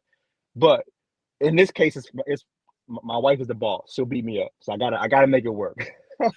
So when we go to Lauderdale Lakes, I know I can move into the black neighborhood, top of the thing, 490. But like I told her, our house won't build equity because they don't put funding in black neighborhoods. They don't fix the roads, they don't fix the schools, they're not going to put the investment into that zip codes. So we're going to set the bar, and then we're going to hope that we might make a couple of dollars off the purchase. Period. Next sentence. The one by the Fort Lauderdale beach, the white neighborhood, we're coming in at 900,000. That's at the bottom of the comps. So the comps are $1 million, $1.1 million, and $1.2 million. So we're coming in 900,000 at the bottom. So literally from day one, we'll have instant equity in that house, and it's going to grow. My frustration is that I know what it is because I'm black, and normally when somebody black moves into a neighborhood, they won't say it like y'all say and I say it. It's not on the book, so they won't say it. But we hurt the property value in certain neighborhoods. I know it, and if anybody is not going to lie, we all know it to be true. What they don't want me to do, they want to make it hard for me, so I don't make that purchase, so I don't go in that neighborhood, so I don't get that instant equity. Okay, they don't look at me like an equal. They don't look at me like I'm one of them, like I'm a neighbor. They look at me like I'm a black man, which I am, but a black man in the context of a negative connotation. Even I'm paying cash for $900,000. I'm not. They don't view me as he. And I don't want to be one to know, but I got a scully on. I dress the same way every day of my life. I work hard to not have to go to work for nobody. I work for myself. But my point is, like, no matter how much I work and how much I earn, going into that white neighborhood, they're not going to see me the same. But I'm not in it for that. That equity, that purchase is going to be an asset that Lauderdale Lakes won't provide me. I'm 40 years old. I could be 80 years old. Lauderdale Lakes won't grow in equity in the fast as that. I don't know what it's called, Imperial Bay or Pompano Bay, whatever it's called. So the fight that I'm making is that, do I not keep fighting, because that's dramatic. That's real dramatic. Should I keep pushing, which I am going to keep pushing? Do I push out to the black neighborhood and just settle for the house for $500 with no equity, or do I be uncomfortable and get the one that's a little bit more, but my kids are going to be able to eat off the house? And I know what I'm talking to y'all because it's y'all. I feel like we family now. we all squad. Yeah, But I'm saying these things to say I'm not a victim. I'm just talking out loud. I'm talking out loud as to what I'm going up against, but I'm still going to pay cash for everything. And to be all the way real, I'm going to buy. I might buy both houses, the one in Lauderdale Lakes and the one in Pompano Bay, because I can. But my point is, why I shouldn't have to feel like I feel talking to y'all. I'm talking to y'all, just talking, but I feel bad. I feel like I feel less than. I feel less than. I know I make more than everybody in the neighborhood, but I feel less than because they treat me less than. They treat me less than, and that's messed up. And it's not because they know me. I think I'm dope. I could be trash. Who knows? I think I'm dope. I say you're dope. I say you're dope because you set man. yourself. I say you're dope because you set yourself apart from a large percentage of people that look like us by saving. I believe that. By saving what you saved, by having the mindset that you. I'm gonna say this right here. I'm a realist. I invest, I build, I do all this kind of good stuff, and I'm gonna tell you what I've experienced. There's some truth.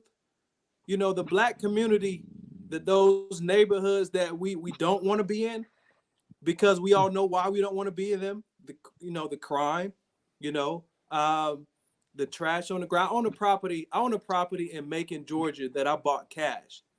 I work with the sheriff's department. I work with the commissioners to bring some growth. I have a degree in political science, which never brought me any money. It just shaped who I am as my mindset and whatnot. And I'm glad I have it. I suck sometimes because I think everything from a political standpoint. But my point is, when I go into this neighborhood, I use it as a weekend property. When I go into this neighborhood, I'm from Atlanta, Georgia, and I don't know if you're familiar with Macon. It's south of Atlanta. South. All right. My son played D1 football at Mercer. I bought the property when he was in school. When I go down there, my house is overdeveloped. I bring my, everything that I know from Atlanta, Cobb County, and all this kind of to Macon. And it's like 10 years ahead of where I want it to be. But my point is, when I drive into this neighborhood, I see nothing but us, okay? The people that look like us. 2:00 in the middle of the day, guys our age hanging out at the local store. I see trash in the neighborhood. Just everything is just like backwards, man. And what I do, I use it as a teaching tool for my son. He's 8 years old. I take him outside and we go clean up the neighborhood. Yeah. But sometimes when I'm like, man, screw this, I just want to let it go. But my point is, it's all equity for me. But my point is, it's who is going to want to come into that? A community is more than just the houses. A community is the doctor's office next to your homes, the shopping plaza next to your home, the whole ecosystem. Yeah. And people don't tend to understand that if I go into a neighborhood, either I'm going to run from it because of the blight that I see, or I'm going to want to come in with the cash that the brother Sean has and try to and revamp the whole community and develop into something else. So, a lot of this starts with drugs. It starts with the mindset that we can't be anything, a losing mindset. Okay. And that, that cycle keeps us from actually pursuing and growing. Hypothetically, let's say, for example, I was raised by a single mom. If you hear a narrative of your father, being this evil guy, whether that may not be the full story, but if that's all you hear, what makes you feel like you're going to see yourself as being valuable? Because he's what I'm aiming to be. Mm. You get what I'm saying? Like, so my Yeah. point is, if we go in and say I'm a victim, or because I'm black, because I'm this, because I'm that, it's gonna psychologically hold us back, and it's really not a it's not a real thing, honestly. And when I say not a real thing, I don't mean that it doesn't impact how your abilities, your potential. Yeah. You know, racism does exist, but my point is, like, so what? The same laws that apply to you apply to them, apply to them, apply to them to a broad degree. So my point is, like, let's, you know, I try to forget about it. Maybe because I'm black, but I'm still gonna keep it moving. I'm gonna, Of course. consumer mindset. Take your money where it's valued. You know, there's real estate is real estate, man. Like, whether it be in a crappy neighborhood, whether it be in a well-developed neighborhood, that real estate is gonna be, you know, God only made one round of it. My mentor says, he says God only made land, so we should be buying up all the land that we can because he's not making no more land. Yeah, man. The preamble to the national as a realtor, you know, the preamble starts with under all is the land. Right. It's just a matter of how you deal with it, how you control it. God gave us dominion over this stuff. So, you know, I'm a Marine, man. I'm a Marine Corps veteran, and I just have this mindset whereby no one's going to stop me from doing what I want to do. Within the confines of the law, of course. For sure. Yeah. You know, I bring that confidence when I walk into a room. I know that I'm black, but I don't, you know, I'm going to show you I'm going to show you what black was meant to be. Right. Does that That's make powerful. sense? Goodness, that should be on a t-shirt. It's not. Oh, that's a great point. Yeah. Goodness, that's powerful. Look, you know, like it's you know, we have awesome attributes, man. We got a lot of physical strengths that we have. Yeah. All we need to do is strengthen our minds and bring the other side of it. Then we're you know, we can't be touched. Yeah. Well, I appreciate you what you're doing for your son too. That shout out to you. That's what's up. Thank you. Appreciate it. I want to ask you a question before you both get off, because I don't know how much time you have tonight. I know it's a Friday, but it seems like we're in the room with two successful black men who are not victims, who don't have victim mentalities, who have different perspectives. I mean, just want to dig a little deeper into that. What one thing can you maybe point, one or two things can you point to where you decide to take that approach of empowerment versus, to me, the easier approach of, well, I'm black, the world is against me, I just shouldn't even try? Like, what was it? Man, that's a great question. That's a super great question. And to be honest with you, I used to live life as the white boogeyman. You know, I think the more successful that I got, I started to realize like, man, no one was really stopping me. You know, and to be honest with you, man, let's look at it like this. All right, let's go. We got a history in this country of being, you know, slavery. Some of us may have, you know, descendants of slaves. Some of us may not. But look at it like this, man. You know, we're the newer. If we want to identify as a community, okay, skin tone. If we want to take that approach and say we're black community, wouldn't it be wise to start accepting, okay, the idea that, well, these people have been here, they've mastered the game, they've been here for centuries before us. Well, even, you know, not centuries, but they've been free much longer than we have. They've mastered the game. You know, some of them died off. There's a new generation of them now. They've benefited from the inheritances from the slave masters, slave owners. Shouldn't we look to them for some of the game, some of the tips, some of the strategies? You get what I'm saying? Like, copy the right cat. That's an important point. Let's look at the Jewish community. You know, let's look at the Jewish community. We can all agree that they have some strong cultural values that forces them to value, you know, commerce, you know, putting corporations and whatnot. okay, if we hate them so much, if we look at them as the boogeyman bad guy, we're not accepting, we're not absorbing some of the strengths that they have to offer. Right. So Right. so like it takes a little humility. You know, the Black community, we've developed this false sense of pride, this false bravado that results from being under the white man's or under the country's foot for so long, and we channel it through some of the fictitious stuff, the cars, the jewelry, you know, and all this kind of good stuff. But it's not real, man. It's all basically, man, I'm not a slave anymore. I can afford a Lexus. I can afford this. I can afford that. But we're not. It's causing us to do it the wrong way. You know. So going into the whole humility, I'm a very confident guy, but humility gives me the ability to say, you know, to identify those guys who will from the other cultures that are willing to share some of the stuff that their grandfather taught them, that their mom gave them. It's free to us now. It's not being held back from us. So it's, you know, I find those instances where I can, you know, talk to the 80-year-old white man who can tell me some racist history. It's not directed towards me, but it's just, you know, it may be uncomfortable. I had a guy that sold me 4 acres.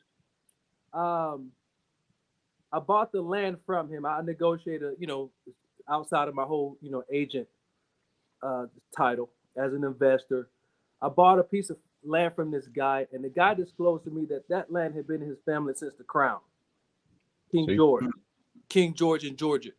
He told me some stories about a lot of the racist South, you know, a little comfortable, you know, use some terms that wasn't, it was just who, you know, it was in his vocabulary. Yeah. Not the N word, you know, I have standards and I have boundaries, but my point is, it was just, you know, it was this way he grew up. Yeah. He was my parents' age, but I learned a lot from this guy. I've done some deals with the guy. And, you know, I understand, like, a lot of people without education from the streets probably would have wanted to snap the guy's head off. But in that, I was able to benefit myself, you know, enrich myself financially, you know, and I'm able to teach my son. I'm able to, you know, show him some of the game. Definitely. What are your thoughts, Sean? Because, you know, hearing that, you know, you have this cash, you can go get these properties. I know that wasn't easy to build up, and I'm sure at a certain point in life it could have been easier to take the road of, you know, victimhood. What did it for you? It was seeing my neighbors. I'm from DC, from Northeast DC. My wife is from the suburbs. I don't, matter of fact, we met off Black Planet many moons ago. Anyway, so yeah, we always, when we say that, we're like, man, we old. We met off Black Planet, but when we got married, we moved up to her home county, and it was literally all white folks. And now it's more diverse. But when we first moved, it was just, everything was different for me. And my neighbors, I saw middle-aged white men, all of them married, they had kids, and then when their kids turned 16, they bought them a car. I'm talking about the first kid, the second kid, the third kid, and I'm seeing it, and not like a Nissan, not like a Camry, but I'm talking about like a Lexus. And one time I was walking my other dog, before she passed away. I said, Mr. Mike, how are you getting your kids these new cars? And he said, well, insurance policy. I'm like, what are you talking about? And he said, what I do is I got an insurance policy when they were born. And I made it was a whole term policy, you know, and that's for me. I feel my man on that. What's your name? I don't want to keep saying my man. I'm Darius, man. Darius. Okay. I feel Darius on that when it comes to asking people and just people giving you wisdom. Cause Mike was giving me game that I didn't even understand at the moment. And he was putting me on to life insurance policies. And that made me Google what's life insurance, what's a term, what's whole term, what's the difference, what's UI, you know. So I'm by doing the due diligence of that conversation with my neighbor, I realized I need to get some life insurance policies. I need to get some policies. So that was my first play, was just, you know, just taking a couple, maybe 10, 20% of my check and getting the term policy, because those are normally cheaper, and then making it where it's called a convertible term. And what does that mean? That means you can start off with that term policy and it'd be $10-20 a month, 500,000 in coverage. But at some point you can convert it into what's called a whole term policy. And that's when people online, if y'all see the videos, talk about cash value and pulling money from this. So I'm 3 or 4 years past that now. So now I got policies 700,000, $1 million, 2 million that I pull from, that I pull up to 80%, and then I use that money to buy real estate. And then I use the real estate that I buy to pay back into my policy, and it becomes a big cycle. So then what I created was what I call a home bank. So what does that mean to me? That means now I don't have to go to Wells Fargo. I ain't got to go to Bank of America. I go to Sean, Sean Capital. And I say, well, how much you want to borrow today, Sean? Well, Sean, it's Tuesday. I want to borrow, 200,000. Well, how much interest you want to pay, Sean? Well, I'm feeling good. So I want to do point. I'm talking to myself. I'm in the mirror talking to me because it's mine. I did that. But how I did that was, to go backwards is that convo off of Mr. Mike. And Mr. Mike could have said, man, I ain't telling you nothing. But what I believe to be true from my experience is that elders that look like me and all of us, they wouldn't give me the time of day. When I say, hey, man, I really want to know how you got your company. I want to take you out to lunch. I'm busy. No, but I'll come to you and I'll pay. Yeah, but I'm busy. And what I realized is when I start asking people that didn't look like me, they start giving me real game. So like Darius said, you gotta be humble. You gotta come in. For me, I'm a student. I'm a basketball player by default, by heart. I'm 40 years old, and I probably pull my Achilles if I go out there today. But my heart is, I'm a ball player. So I'm saying that I'm a student. I like to be coached, is what I'm saying. So when they giving me the game, I got pens and paper, and I got notepads, and I got phones and iPads, and I'm just taking all my notes. And when they're done, and I thank them, and I go back home and I Google everything. What does that mean? What is whole term? What I'm doing now? I'm incorporating the city. What is incorporation? What's unincorporated? Where does the budget come from for Maryland? I live in Anne Arundel. Why don't Odenton get a budget? Okay, because they're not incorporated. Why does Annapolis get 400? Okay, because I'm writing questions down and Googling everything. And then once I get my answers, for me, I don't believe in when somebody gives you wisdom, you sit on that. For me, when you give me wisdom, I'm gonna do it. Like once I get the play in my head, I'm gonna execute that. That's my gift and my curse. Yeah. I believe in me so much that I'm gonna do it. Yeah, So nobody when So what I'm doing now, even to give y'all a snapshot into what I'm doing, when people say, oh, the victim, I'm incorporating a city in Maryland. The last city that was successfully incorporated was 1988. It was Chevy Chase, Maryland. It was a white man that incorporated. So why am I incorporating a city? Because I was too tired of wanting change for my community and asking and voting and supporting politicians and donating and going to their dry campaign and eating their dry chicken and trying to get them to care about my community, and nobody cares. So when I got frustrated, I read a book called Powernomics by Dr. Claude Anderson. And Powernomics just spoke to me in a way where I was like, wait a minute, wait. It broke down my thought process and rebuilt it. And I understood if I want to make a change for people that look like me, I got to own the budget. Well, how do you own the budget? You got to incorporate the city. Well, how the hell do you incorporate the city? You got to do paperwork. You got to do a charter. You got to figure out if you want to be a government. You got to figure out city council. I'm like, well, you can't do it. So as I'm figuring it out, I'm saying to myself, of course, man, you can't do that because you just you. But as I'm sitting here today, I started this journey last year. We already had our first court date in October. We applied for a budget of $217 million.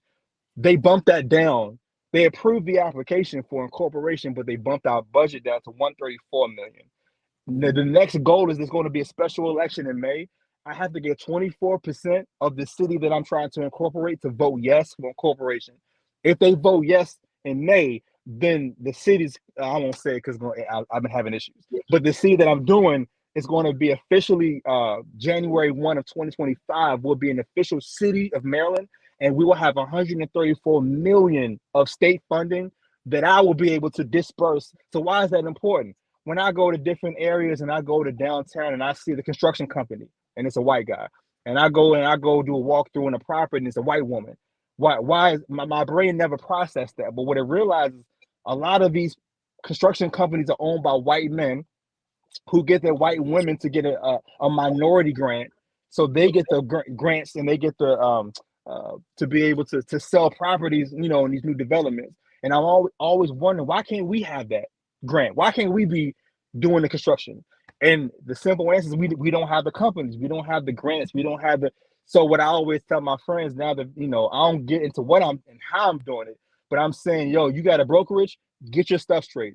You got a construction company, get your stuff straight. When I get the budget, when I get access to 137 million, I'm coming to you because I want to give you that. I want to give you, not y'all, but that black person.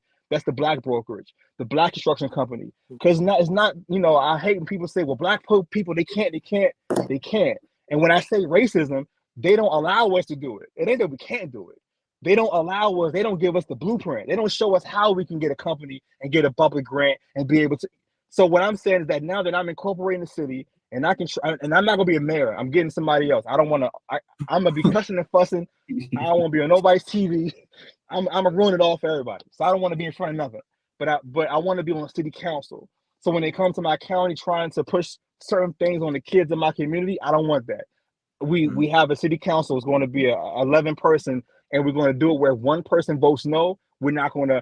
So I have certain things set up where it's like we're going to have more of a hands-on, and then we're going to do trust. 10% of that 137 million will go into a trust. So if something happened to me, the kids after me and the people after me will be able to benefit off that, and we'll stop saying, well, why our roads are messed up, why our parks are messed up, why can't we put a net up, why can't they put a community center up, why won't they do a STEM system, why won't they do a STEM program? We'll stop saying why, and we'll have a budget for it. So I'm saying all that stuff to say, like, in all that I talk about what I go through. But for me being a victim, if my victimhood gives me, and not victimhood, that's dramatic, of course. But when I see what people don't want me to do, I can't even tell. You know, we have a hookup offline. I'll give you out more detail of how many people are trying to stop me from incorporating this city. They're trying to stop me because I'm black. And my lawyer told me, white Jewish man. He said, just so you know, watch if you gotta drive somewhere, make your wife drive. She's light skinned, so she may look white at night. Don't be out by yourself. Don't mess up. Don't do this. Don't do that. My lawyer told me that. So I'm saying, I'm like, yeah, right, man. They don't care about little old me. And man, when I tell y'all all the times that I'm being harassed and all the times that I'm being, because they don't want me to succeed in getting the votes in May to be able to vote yes, to be able to get the incorporation, to be able to get that state funding. And I'm saying all that to say, like, I'm not gonna lie to nobody. I'm not gonna say it's easy. I'm not gonna say it's hard. I'm not.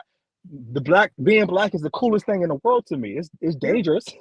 It's just dangerous, but it's, you know, it's dope. I'll do it again 100 times. But what I believe to be true is that we have to stand on this. We have to stand on what we go through and educate the next generation, show them what's going on, so we can stop saying, you know, what we don't like from the black community, and we can show them what our example of it is. Yeah. You know, my city won't have a food desert. Back to our original point, we're going to have a farmer's market. We're going to be able, people are going to get a budget. Single women that make under $15,000 will get a $2,500 stipend from us every single month. They will get that, and that's not just for the corner store. That's not just that's for whatever they want, and they're going to get childcare. They're going to get grants. They're going to get loans. They're going to, and not minority, because we're not minority. We're black. I'm black. Y'all black. I don't care what nobody try to tell y'all. We black. But with the fix is when you apply for a grant and it say minority, and then when you Google what's a minority, white woman, gay, lesbian, everything but us. We at the bottom, and then we wonder why we're not represented. But then they say DEI, or what's that? Diversity, inclusion, affirmative action. We're the face of stuff that we don't benefit.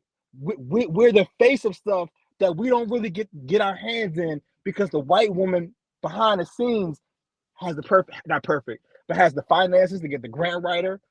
So they have a perfect application. They got the finance from their husband. There's a whole system that people don't want to admit is here. That's over us. Now, we're not victims. And let me say that if I haven't said it. None of us are victims. I think we're the dopest people in the world. We're going to, what's the word I'm looking for? Preserve, propel. We're going to push through. Yeah, we're going to prevail. We're going to prevail, and that's. But I don't want to keep being a superhero movie. I want to be a regular day and to be I want to be Sean Williams, a regular guy. I don't want to have to put a cape on and be Superman and super Negro and super entrepreneur and super investor and super. I ain't trying to be all that. I'm tired. I'm 40 years old. I'm sorry, y'all. I want to say this really quick. I don't want to be long-winded, but we know that we have brown skin. Okay, we know that the world and the country sees us as black men. I challenge us to recognize that we have a branding problem in this country. People that look like us. Okay. And the issue, what I opened with in the chat room was the fact that identifying as a black man is limited, or it's stigmatized. Okay. When we, our identity gives people that quick ability to judge us. Okay. We can all agree that there's some people in our community, in black community, that represents us the wrong way. Okay, that represents us the wrong way. I don't sag my pants. I don't emulate hip hop culture. I don't emulate rappers and whatnot. So my point is, it's put yourself in their shoes for a moment.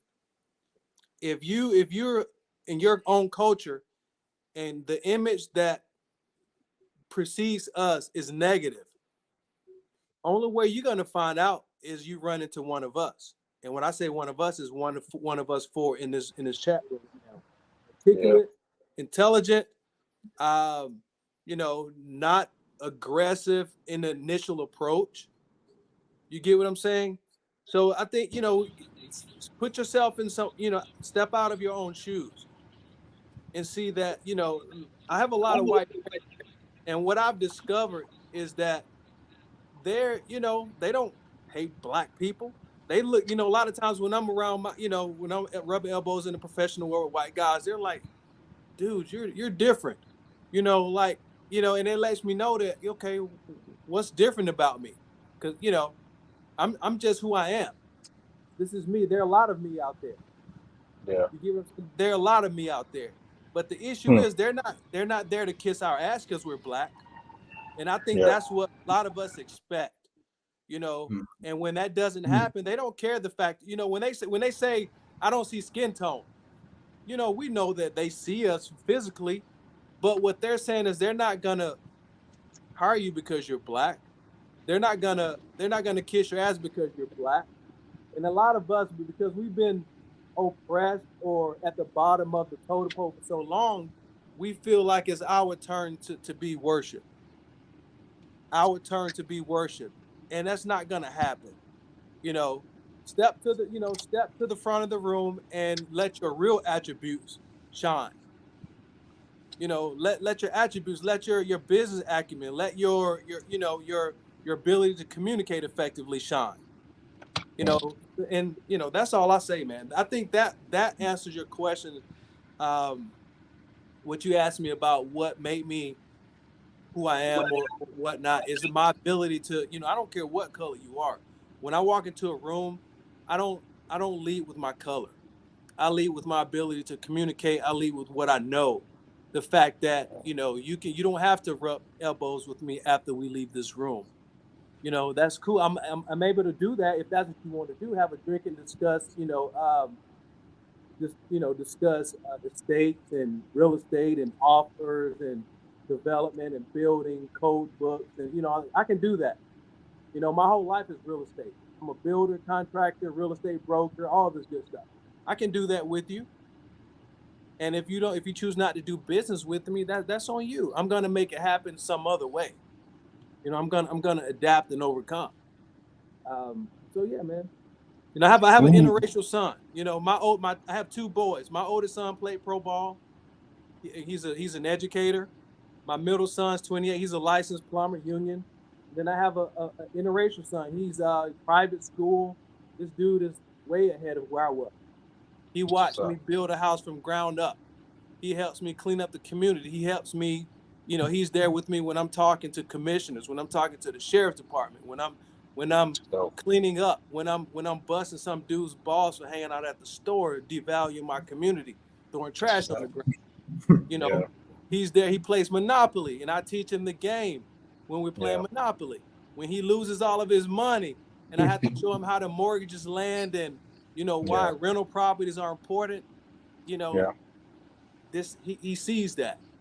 So, we have multiple layers, and I think that, just saying I'm a black man is, highly limiting. Especially when the whole image is being devalued today, more so than ever. Right. No. That's super important. I appreciate you guys giving that insight. Ty, do you have anything to add to that? I appreciate all the free game, man. It's like it was like going to church. I'm just sitting there like damn, that's how I felt. Is that church, that church, that feeling that how you go to church and you feel good after that. So I appreciate you guys for sure. Yeah, man. We got to build I did together, want to man. ask We got to you a build together. question, D. I did want to ask you a question because it's something that we talk about on the channel before. You said that that you have an interracial child. Are you is the mother white? Is she Asian? Okay. Yeah. She's white. So one of the things that comes up in the themes that we talk about is how does having a white partner affect your mindset about racism and about victim mentality and things like that? Because I do find that a lot of black men who do have white wives or white girlfriends or whatever, they tend to view racism a little differently than black men who don't. So do you think that has any type of impact, or do you think you have the same views if you're with a black woman or single? That's a great question, man. Man, it's a man, I could speak volumes on this topic right here. I don't date white women like who you guys can recognize it, who pretend or try to be black.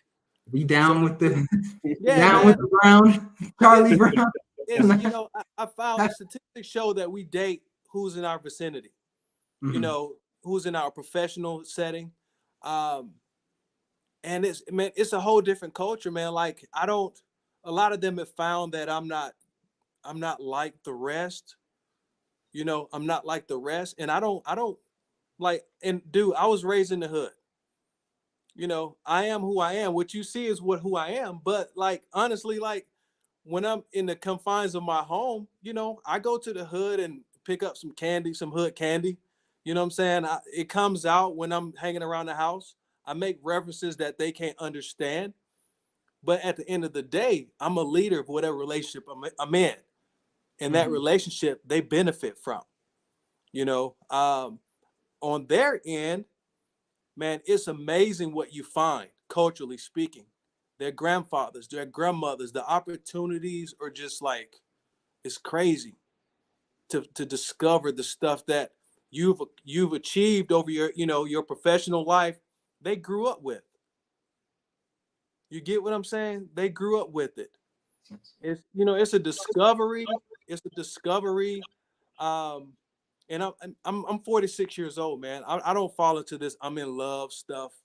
I'm in love with you. I'm a leader, man. And in marriage and relationships are man and woman, and one has to lead, one has to follow. And what I demand, what I demand is it's a corporation, man. It's a corporation. You're gonna work. you're gonna assist me. You're gonna assist me some way, some capacity.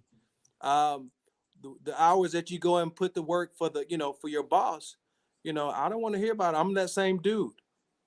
I'm that same dude. I need a spreadsheet put together. I need you to follow up with these people. I need you to, organize this. This is what the plan is. This is a potential, right? I can't do it all by myself. So being in this union right here, we're going to have to put some work in, bring your, talk to your cousin, talk to that guy, your grandmother who know this person, know that person, That's what it's about, man. I One don't dang myself because I'm a black man. I know who I am. So, one final question, because I know we've been on here, and it's going on 2 hours, but one final question, just because it's interesting, and I think this conversation is important. I noticed that you said that you differentiated your interracial child, and you said, I have an interracial child. Are you raising them as an interracial child, a black child, or does it really matter to you? well, we come out knowing what we look like. We know how the world, treats us. Your dad is brown skin, but you also know what your dad is capable of. I didn't mean to say that as a but my point is that doesn't, that your dad, that's not a limitation in your dad whatsoever. Mm-hmm. The world may see you, may give you more opportunity because of your skin tone, but it's not what you're going to be relying on. You're going to be relying on what you're being taught. You're going to be relying on what your dad taught you in your journey as a man. The skills that you have. My son codes. I let him play code games. He builds with his Legos.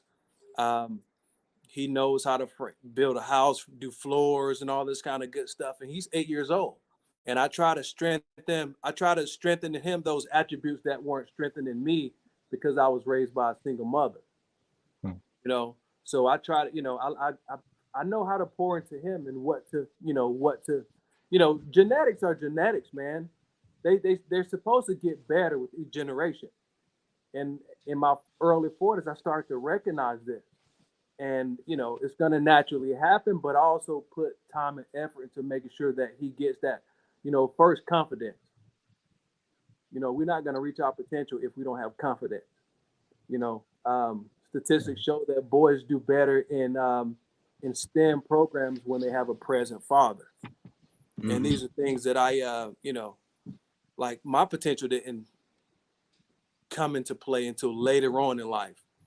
So, I'm getting him, head start. But I don't know. I don't, to answer your question, I don't raise him as a black man. I teach him black history. I teach him American history. I don't first black this, first black that. No, I don't do that. Because in my opinion, it's all American history. I try to take the character part into it. If you got an evil white man that did this to a black man, it's evil. There are people that hate black people. There are black people that hate white people. Some, a lot of people say it's justified, but hate, you can't put fire out with fire. Well, one thing that I like what Sean was talking about with incorporating the city and trying to, what sounds like, keep black money within the black community so that we can solve a lot of the issues ourselves instead of depending on other groups. When I say raised as a black man, I'm not necessarily talking about like limitations, but like if Sean was a white man, he may not feel like, okay, I need to go and give back to the black community or do for the black community specifically. So I guess deeper at what I'm getting to is, do you think by not raising him as a black man that he's not as valuable to the black community in terms of giving back to it versus if he's raised as like a quote unquote black man with the understanding like, hey, you need to do for the black community? Well, what I do is great question. I think digging deeper into that is, okay, what's causing the issues in the black community? What are those specific issues that are causing? Where are you giving your money to? Are you giving your money out of guilt, or are you giving it out of the obligation? I tell my son to deliberately give, because most wealthy people give money because it's a spiritual thing. You give money away because money is not scarce. Money is bountiful. Okay. However, identify, you have people in the black community that are poor because of poor thinking. You have people that are poor because they may be disabled. Okay. Are you poor because you're not out there working? You're not out there, reaching your potential. it's more substance based rather than, okay, just give your money away to the Black community because your debt is there. I don't know if that answers your question or not. I don't, I give also by teaching. I give by teaching, teaching you how to fish, teaching you that real estate is where you should be putting your money. Not go spending your money on those cars, on dope. There are, what was taught, what put you in this condition, what were your lessons that you learned that caused you to be where you are. If anything, that's what I'm teaching him. And I definitely think those are valuable lessons, and salute. It sounds like you're a great father. Man, that's my first role on this planet, to be honest with you. I've been a father more years than I've been alive. 16 years old. First child. And I think it goes back to the center of what we're talking about here tonight is how do you fix issues in the Black community? I think it has to be on a community level. Everyone in this chat is probably going to be straight individually as a person, but I think it takes more where like individuals like us can, go out and reach out to people who look like us and be deliberate and intentional about it, and not just because you're Black, but understanding that the problems of the community are community level. And so if we see each other as like, okay, I'm going to reach out and maybe work with the Black real estate agent versus going to just anybody, I'm going to be deliberate doing that, because I know that that's going to trickle down to, I work with a Black real estate agent and he has a Black family, and that's going to help him feed his Black family and blah, blah, blah. It can trickle down where you're more deliberate.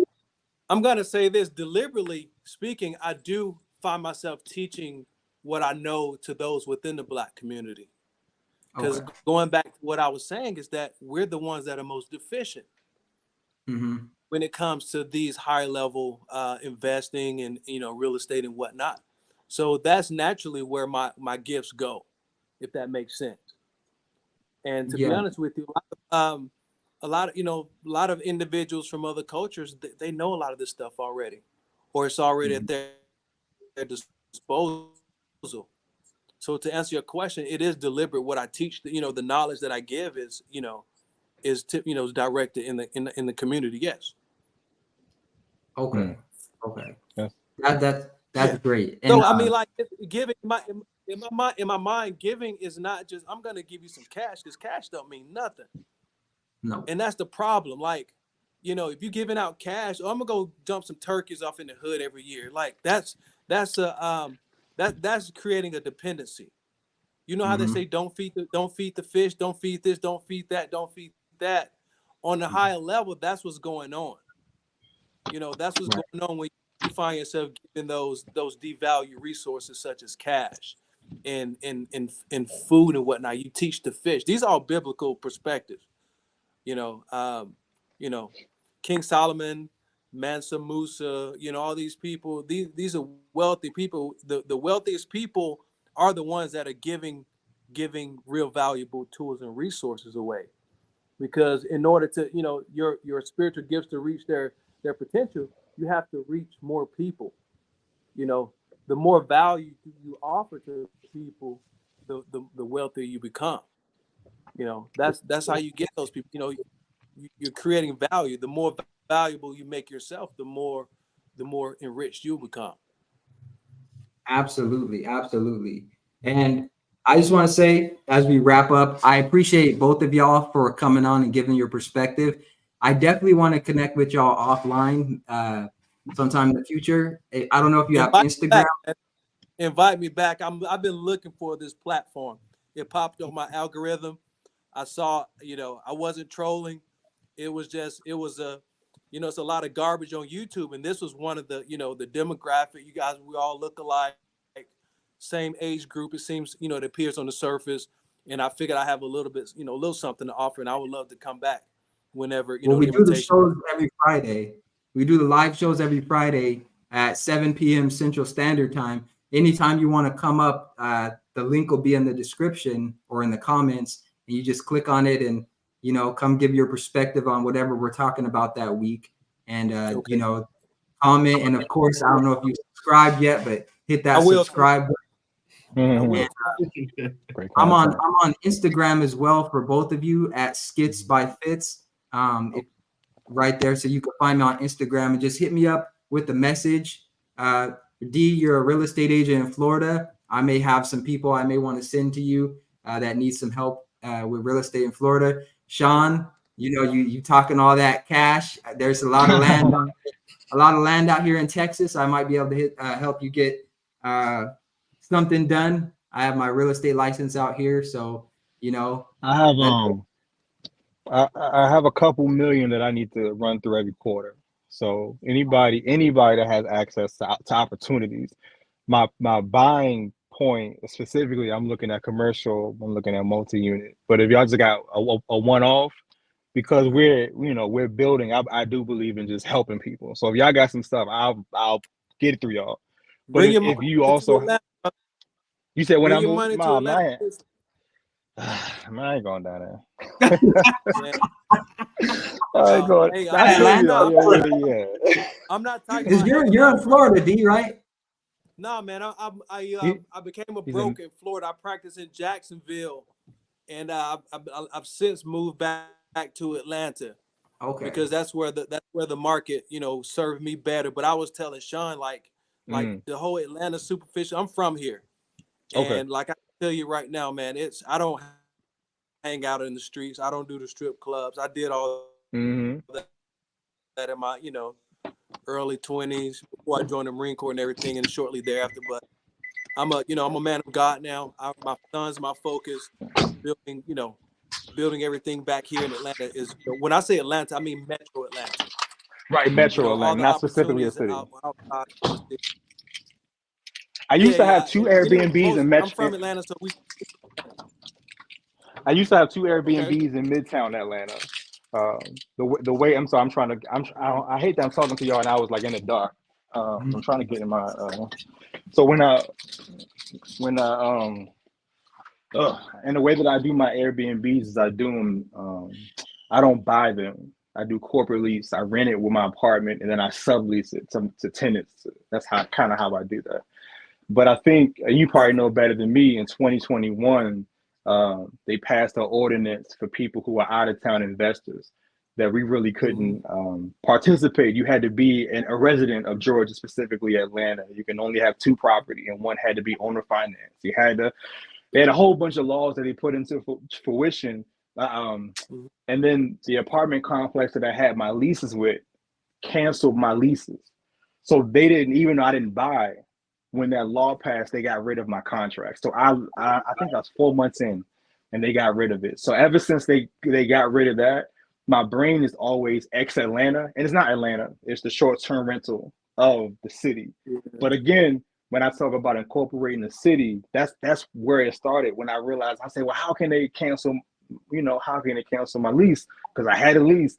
And I started realizing, oh, they're a private company, and so like that's where I first started to figure out I gotta own these channels, because if I leave it up to them, they're gonna get rid of all of us. They're gonna make it where we can't make no money if we don't control some part of the process.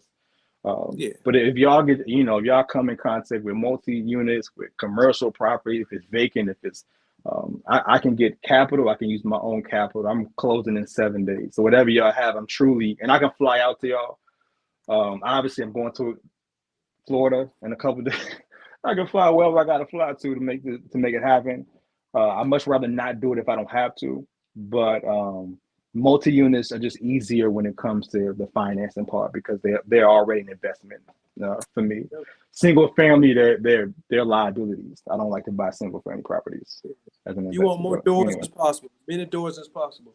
My man, yes, you already know.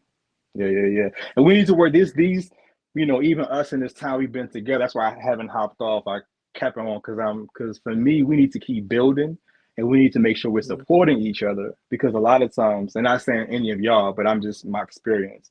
A lot of time we have access to stuff and then we won't use each other. We'll go outside of us to somebody that might not look like us or have a family like us, and we'll spend with them. And then we'll criticize us. for me, I start with us. I start with people that look like me. And then whatever y'all got, like I said, I don't even care if it's multi-unit. I'm gonna get it off y'all just because it's y'all. And then we can build off that. And then we can hop on phone calls and I can tell you specifically what I'm looking for. So I can get a more detailed approach. But man, I appreciate this. I appreciate, all of you. I appreciate all of you tonight. And before we go, I gotta give Ty a shout out. I saw you have dogs. He does dog training too. So. You do pit bulls? Yeah. I'm messing around, drop my pit bull off to your front door. And roll off. Hey, go ahead.